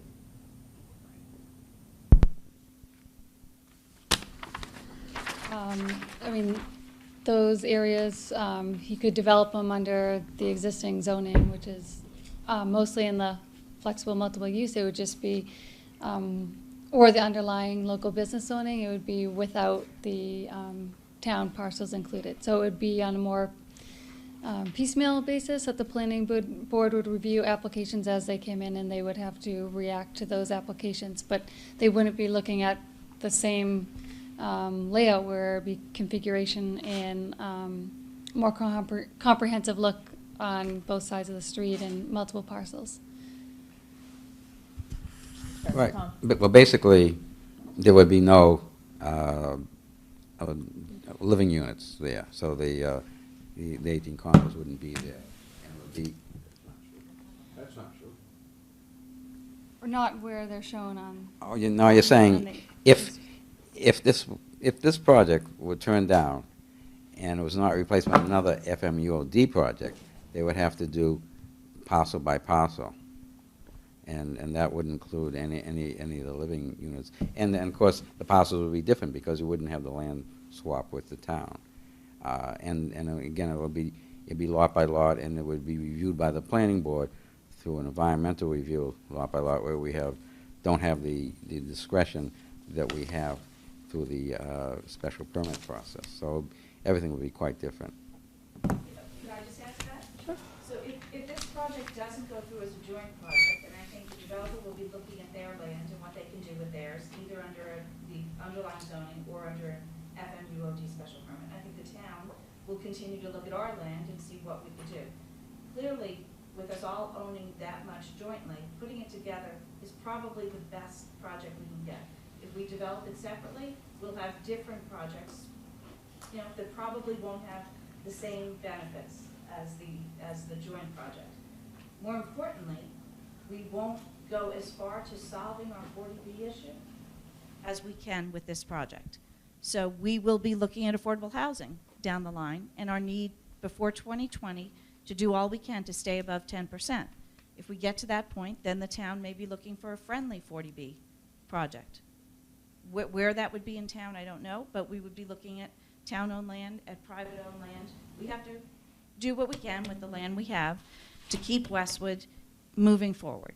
We need to keep our commercial tax base up, we need to keep our affordable housing numbers up, and we need to maintain our property appropriately. So what we have there are town-owned properties that are in sad shape, that need significant investment or replacement. That's why we're working on this project. That's why we're working together with the developer to try and put the pieces together and come up with something that's better than individual pieces, that the whole together is more profitable for the town, for the developer, for the neighborhood, and residents as a whole. So if that doesn't work out, if we can't get to the point where we have a project that is the best for all, then we'll go our separate ways, and they'll develop their land, we'll develop our land, or we'll look at some joint opportunities further down the line and we'll revisit it.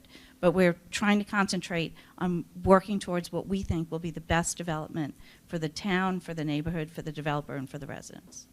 And most importantly, the ICC, the problem with that will remain, and we'll be spending millions and millions of dollars to bring that up to code with no new functionality, the same inadequate functionality that it has now. Tom? My question gets back to CVS, but it's applicable to other businesses that might be possible tenants in Islington.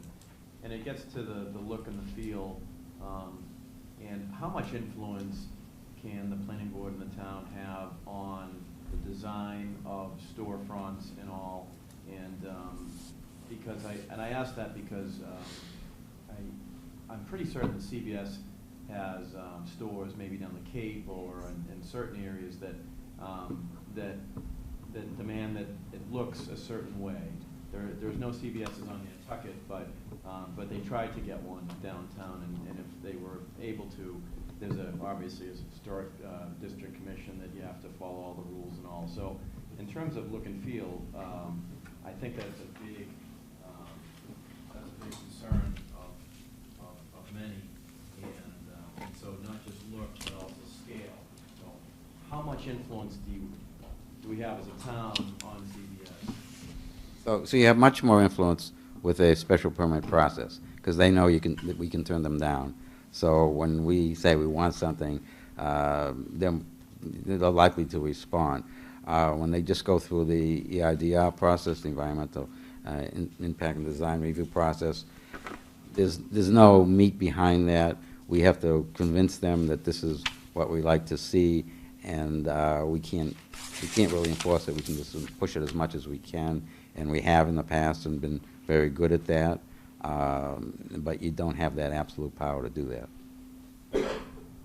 No, but if you told them that you really need to make a 12,000 square foot store work, and it's got to look like like other buildings in the village now, so that things sort of fit in, you'd probably have their attention? Yeah, it's how good we are at doing that, yes. Well, I would on this particular point, and this is lessons learned from his previous development across the street. The developer already got them down that path quite far before we even had to really intervene.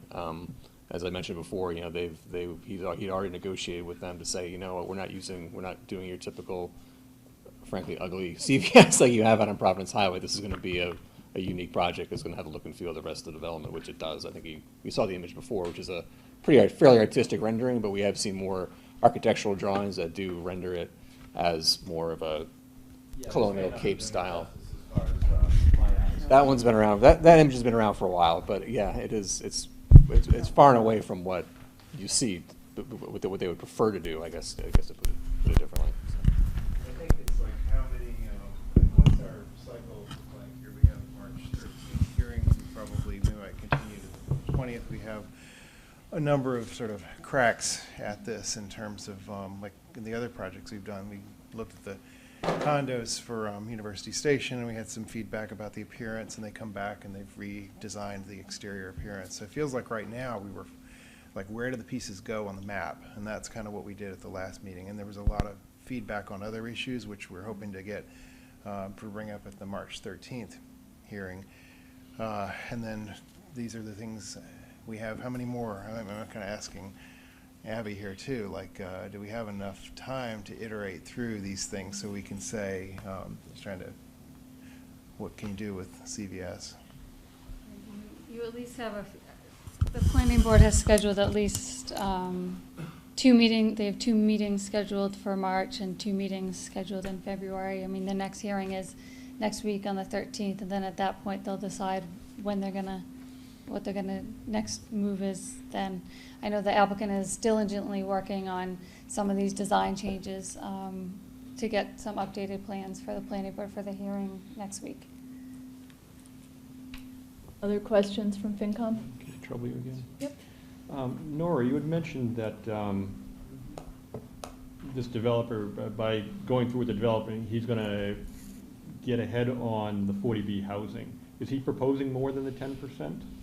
Well, he is required to put 15% of all the housing units he develops. So he did that in his first project. The units at 321 Washington Street, he created 12 new housing units, and he was required to make 2 of those units affordable. Now he's proposing 18 new condominiums, and he needs to come up with 15% of that, which is 3 new affordable units. The proposal that's on the table takes one of those new units and puts it in a 321 Washington Street building. That allows 3 units of the 12 in that building to be affordable, which gets us to the 25% threshold, which allows the state to count all 12 units in that building on the town's SHI. That makes a big jump for the town in trying to stay above the 10%. And then the other 2 units he needs to develop. Right now he's proposing putting those in the building that used to house the ski stop and has apartments upstairs. He's proposing converting those 2 apartments to affordable units, and the planning board indicated that they would support that proposal. So the project would still create only 3 new affordable units, but we would actually be counting 12 new affordable units that we don't count today by this project. So that helps us take a big jump forward. What people don't understand is that in 2020, there's a major change that occurs every decade. The census gets taken, national census gets taken, and at that time, DHCD makes one-time adjustment to the number of units in every community. We lost Westwood Glen this last decade, 156 units of affordable housing. We were at 13-point-something%, but the loss of 156 units at Westwood Glen brought us back down to just over 10%. When you make the adjustment for the development that's occurred in the last decade, they weren't all offset by the creation of 10% affordable housing. There is a shortage. We're still working on a calculation of shortage. So these 12 units that we pick up would go a long way in closing that gap. It'll leave us a few houses away rather than many houses away, or units away from getting the 10%. And that's very important, because if you fall by one unit below 10%, ask Canton what happens. An unfriendly 40B can be proposed, and you can't stop it. The state will step in and rule in favor of the developer. Whereas if you're above 10%, which is why we've been doing this, we are able to determine what we want in the way of affordable housing projects, and we can turn them away if they're not compatible with what we're looking for. So this is a very, very important issue. Other questions from FinCon? Questions or comments from residents? Start this way. Yes, ma'am. If you could use the mic, please. Thank you. So just regarding the size of the CVS, there is a CVS currently being built in Provincetown, and it's 9,000 square feet. Will open sometime. It's starting in 2018. CVS does, if you ask, work with you on your types of signing that you can say you have to have a certain color, require certain building heights and everything. So you can totally work with CVS. It's not a given that you have to have a 13,000. You can go over in the entire United States. They're all over the place. There's 8,000, there's 4,000. They're all different numbers. So we don't even need to do this article to up it to 15 or up to 15, because currently they could have an addition by 3,000 square feet by just going to 10. And just a clarification on the waivers, there was a parking waiver also given by the planning board. They needed 44 spots and they only had 185, so they gave them a waiver for 59. Well, there've been no waivers granted yet, so we did look at the study which showed a net deficit. So that's definitely one of the things we will have to vote on. Technically, it's called a determination, which means that we determine that the parking is adequate. So there's been a lot of parking added to this. We have much more parking overall on this project than we have now. But there's also been more uses that have been created. But the numbers come up in the end pretty much. We're off by about the same amount in the future that we will be now. So we aren't creating any new problems. We aren't solving any problems. And, parking's always, some people there'll never be enough parking. But we feel that our parking will be adequate and no more problems than there are today. In his presentation, he said there was 244 spots that were required by our bylaw, and he had 185. So what is that? Okay. Development under the FMUOD bylaw requires no set minimum parking at all. It requires the planning board to make a determination looking at the uses, looking at the specific buildings, the locations next to each other, and how the uses will offset each other, and the planning board determines the parking need. Much like at University Station, there was not a calculation for how many parking spaces they needed for each individual store or restaurant. There was a calculation for the project as a whole that the planning board determined was sufficient, and that's what they'll do here. So I think the discussion that Jennifer's referring to, they looked at the underlying zoning. If they were looking at the bylaw requirement for a restaurant with X number of seats and for a commercial structure that was a certain square footage, and for, the residential uses where the bylaw requires one space, but they're actually requiring 2 spaces for their own purposes. They looked at those numbers and added them up and came up with lists and said where they fell in relation to those requirements, but those are not requirements for the section of the zoning bylaw that they're developing under. So there is no waiver needed for parking, but the planning board does have to satisfy themselves that there is sufficient parking to meet the needs of all the new uses that are proposed. Thank you, Nora. Were there other hands? Yeah, go ahead. I guess I keep focusing on the CVS and the size. I mean, I think it really takes away from the village feel. And after hearing the comments of this woman, I just really hope that you would support us in not allowing such a large. I've heard that the CVS that is currently there does more business than the one on the deck.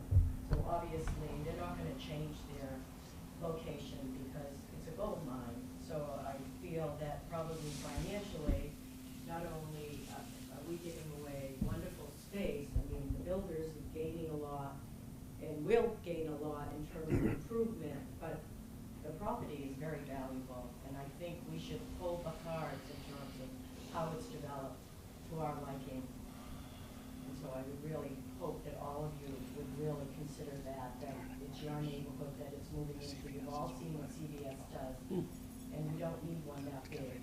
I think it'll take away from Roach Brothers products and the quaintness. And in terms of your comment, Julianne, in terms of CVS, they are moving in terms of healthcare facilities. Yeah. And, there's a PT and a dentist. Those are medical. Are they specially, was there a special permit for them to move in there? I wonder. It doesn't seem like anybody really had the answer to that in terms of what would be involved in them changing what they were doing. I'm not adverse to that, but I'm just saying, what is moving in. Thank you. I think Kate behind you. Hi, Kate Wynn, again, 10 Cedar Hill Drive. I do appreciate the conflicting priorities, what everybody's trying to balance out as they look at this, but the one thing I just wanted to really mention again is that should this project work and we attract wonderful new businesses and wonderful new residents onto Washington Street, that's going to be 60 to 70 more cars coming on and off at the beginning and end of every day, adding to the current. And I hear you say it won't make things worse, but if we don't change the traffic patterns at all, of course it will make things worse. So I just want to underscore that, because it will be hard to attract more businesses and fully execute that plan if people don't want to come down the street, because it's hard. So.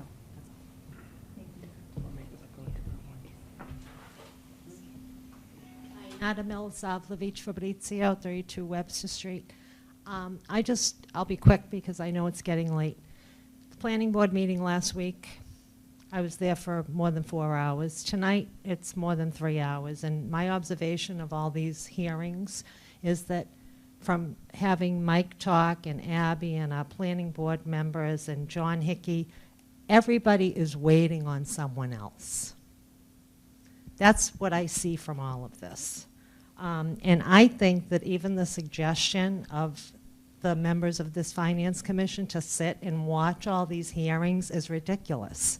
Because I understand that your function is to vet, review, and make a recommendation. And you should have something in writing, and I fully support that. Again, everyone is waiting on someone else. And I also want to talk just briefly about the affordable units. The developer did want a waiver.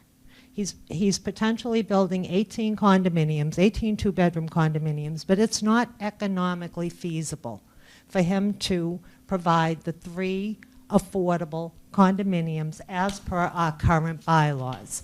So the agreement, from what I see, is apartments. The developer is going to give apartments under the affordability zoning bylaw. Granted, it's in the same section of town, but it's not a fair trade. People, if I fell within the guidelines and I had the opportunity to buy a 2-bedroom apartment being built, I mean a 2-bedroom condominium being built, why should I be marginalized? It's like, no, we can't let you bid or whatever on a brand new condominium. We're going to stick you in an apartment. It's not right.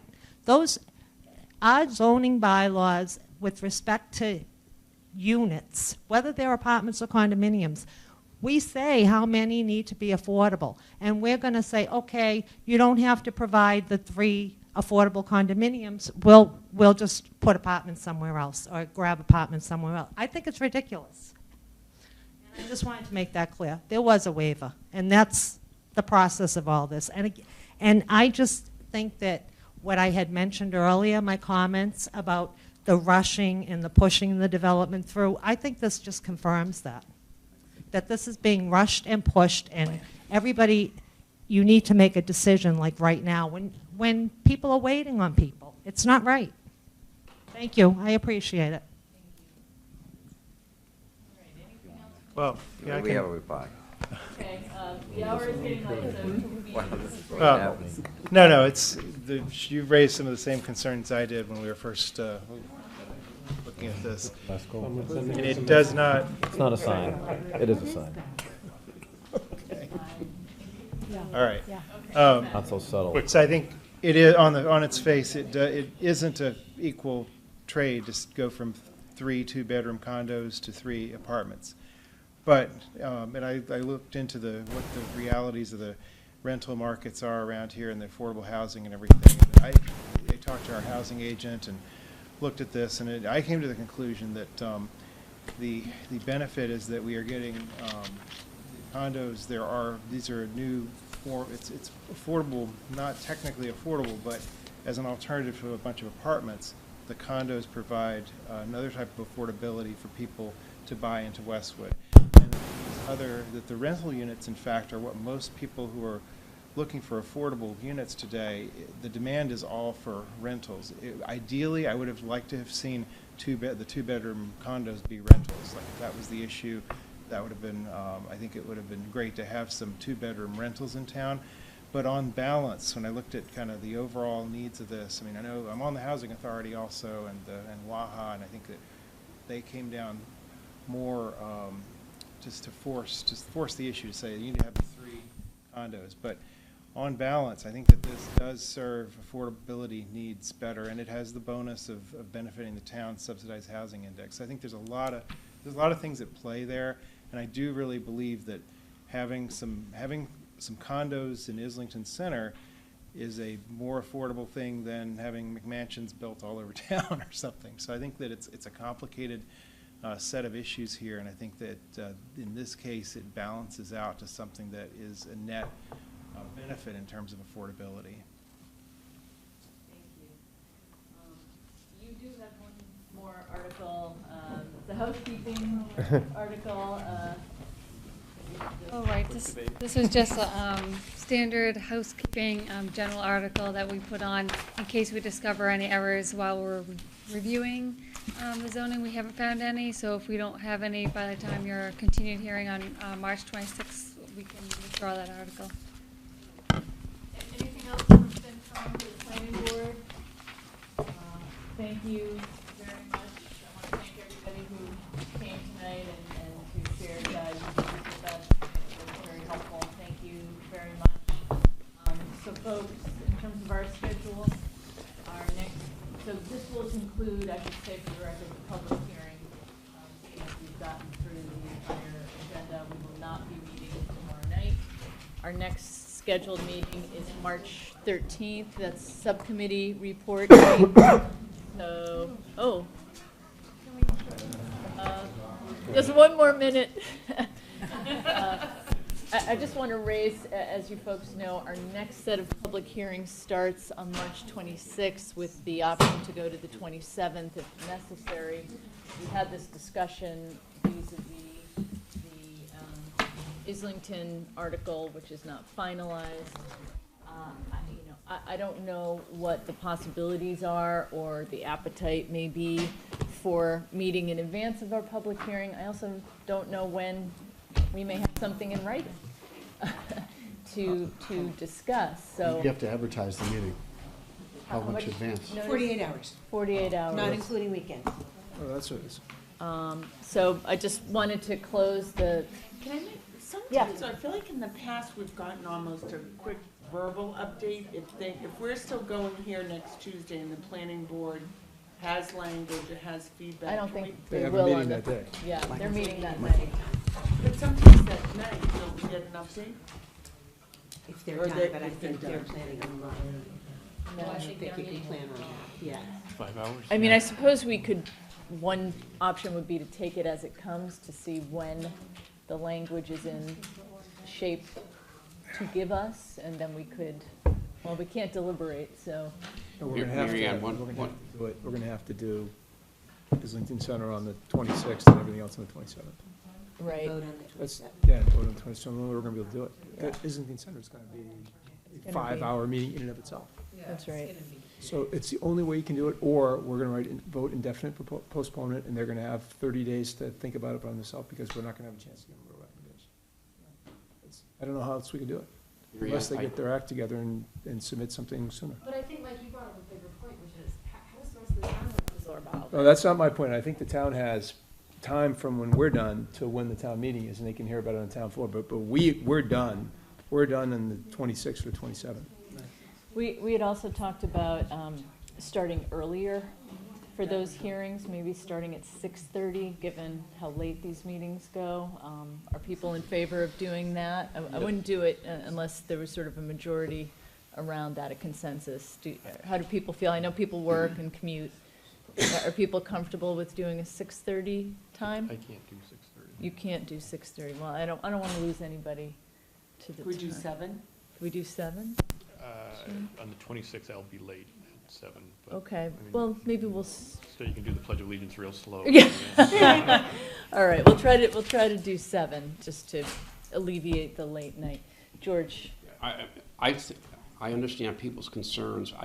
Let me try and summarize a couple of things. I think the issues here are extremely important. This is a one-time opportunity for the town. I also would not underestimate this issue of 40B housing. If you want to get a sense of what happened to Needham, take a ride down Greendale Avenue. You can see this big project off of 128. And Needham ended up with a massive 40B project coming in. And you want to talk about an impact on schools. And these are multi-hundred unit projects. So I think you got to weigh the issues. If we decide not to do it, that's fine. I'm frankly not vested one way or the other, but the guidance I would give you, it's a one-time opportunity to take the assets the town has, combine it with the developer. What we have to determine is a town getting fair value. Is it a deal that makes sense for the town? That's what the selectmen But negotiate. George, you're ahead of the Yeah, question. yeah, we're That's just not even, pro- wrong. We're No, what I'm talking about. saying to you is, I'm just saying, these are the things we need to talk through. Right. And you know, it may take 2 nights, but I think the consequences, I mean, Mike, out of courtesy to you, just talking about indefinite postponement, I think this is too serious of an option. This is a one-time.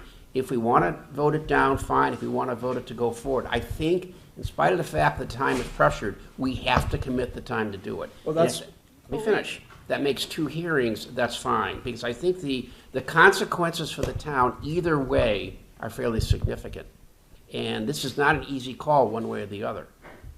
Remember, if we don't go forward, there are substantial costs for the library, there's substantial costs for the ICA building. We have to decide is that something we want to confront. Okay, and then there's just the issue of, I think it hasn't been stated enough, the town, look, I'm a big advocate of affordable housing, believe me, but I think the town needs to consider, you know, if we don't do this, what exposure have we created for the town? You got to weigh all these issues. So I think we've got to give it as much time as it takes on the 26th or the 27th. And the selectmen, I mean, they only can work so fast until the project is finalized, until the details are worked out. Remember, this went from apartments to condominiums, which was a huge concession on the developer's part. Right now, CVS is in property he owns. He's got a very profitable tenant there. But he has told us the linchpin for this project, if he can't move CVS across the street, he can't make the numbers work. I mean, he's given the town a lot of concessions. On the other hand, I think the town's got to make sure, are we getting a fair deal? Is this deal right for the town? But this, to me, is a one-time up or down vote, and either we do it or we don't. And it's got to have serious Okay. consideration. You already have the 27th open. We What's the have problem? committed both nights, George. Okay. That's what they're there for. I think, you know, Mike put it very well, that we're likely We have to do it. you know, spend. If they're ready. Right. The only question we were talking about before you made your statement is whether we would be able and whether it makes any sense to try to schedule an additional meeting between March 13th and March 26th. That is the issue. However, we do not know when we are going to get a written proposal, so it is difficult to try to schedule such a meeting. So I am open to ideas. George, what's your idea? I would reserve the 2 nights. I don't think the selectmen are going to be able, I don't know. What I'm hearing here, this is not an easy negotiation. It's fairly complex. I don't think they're going to have it resolved. Frankly, they'll try to get us as much we ought to insist they get us as much information as they can, however we can distribute it, because we can't convene outside of this forum, to try and get the members up to date. But I think we and the selectmen have got to spend a good chunk of time together going through this. I don't think accelerating. Mary Ann, I wish it would, but I don't think it's going to get done before the 26th or the 27th. And I think we should stick with our schedule as is. I do too. All right.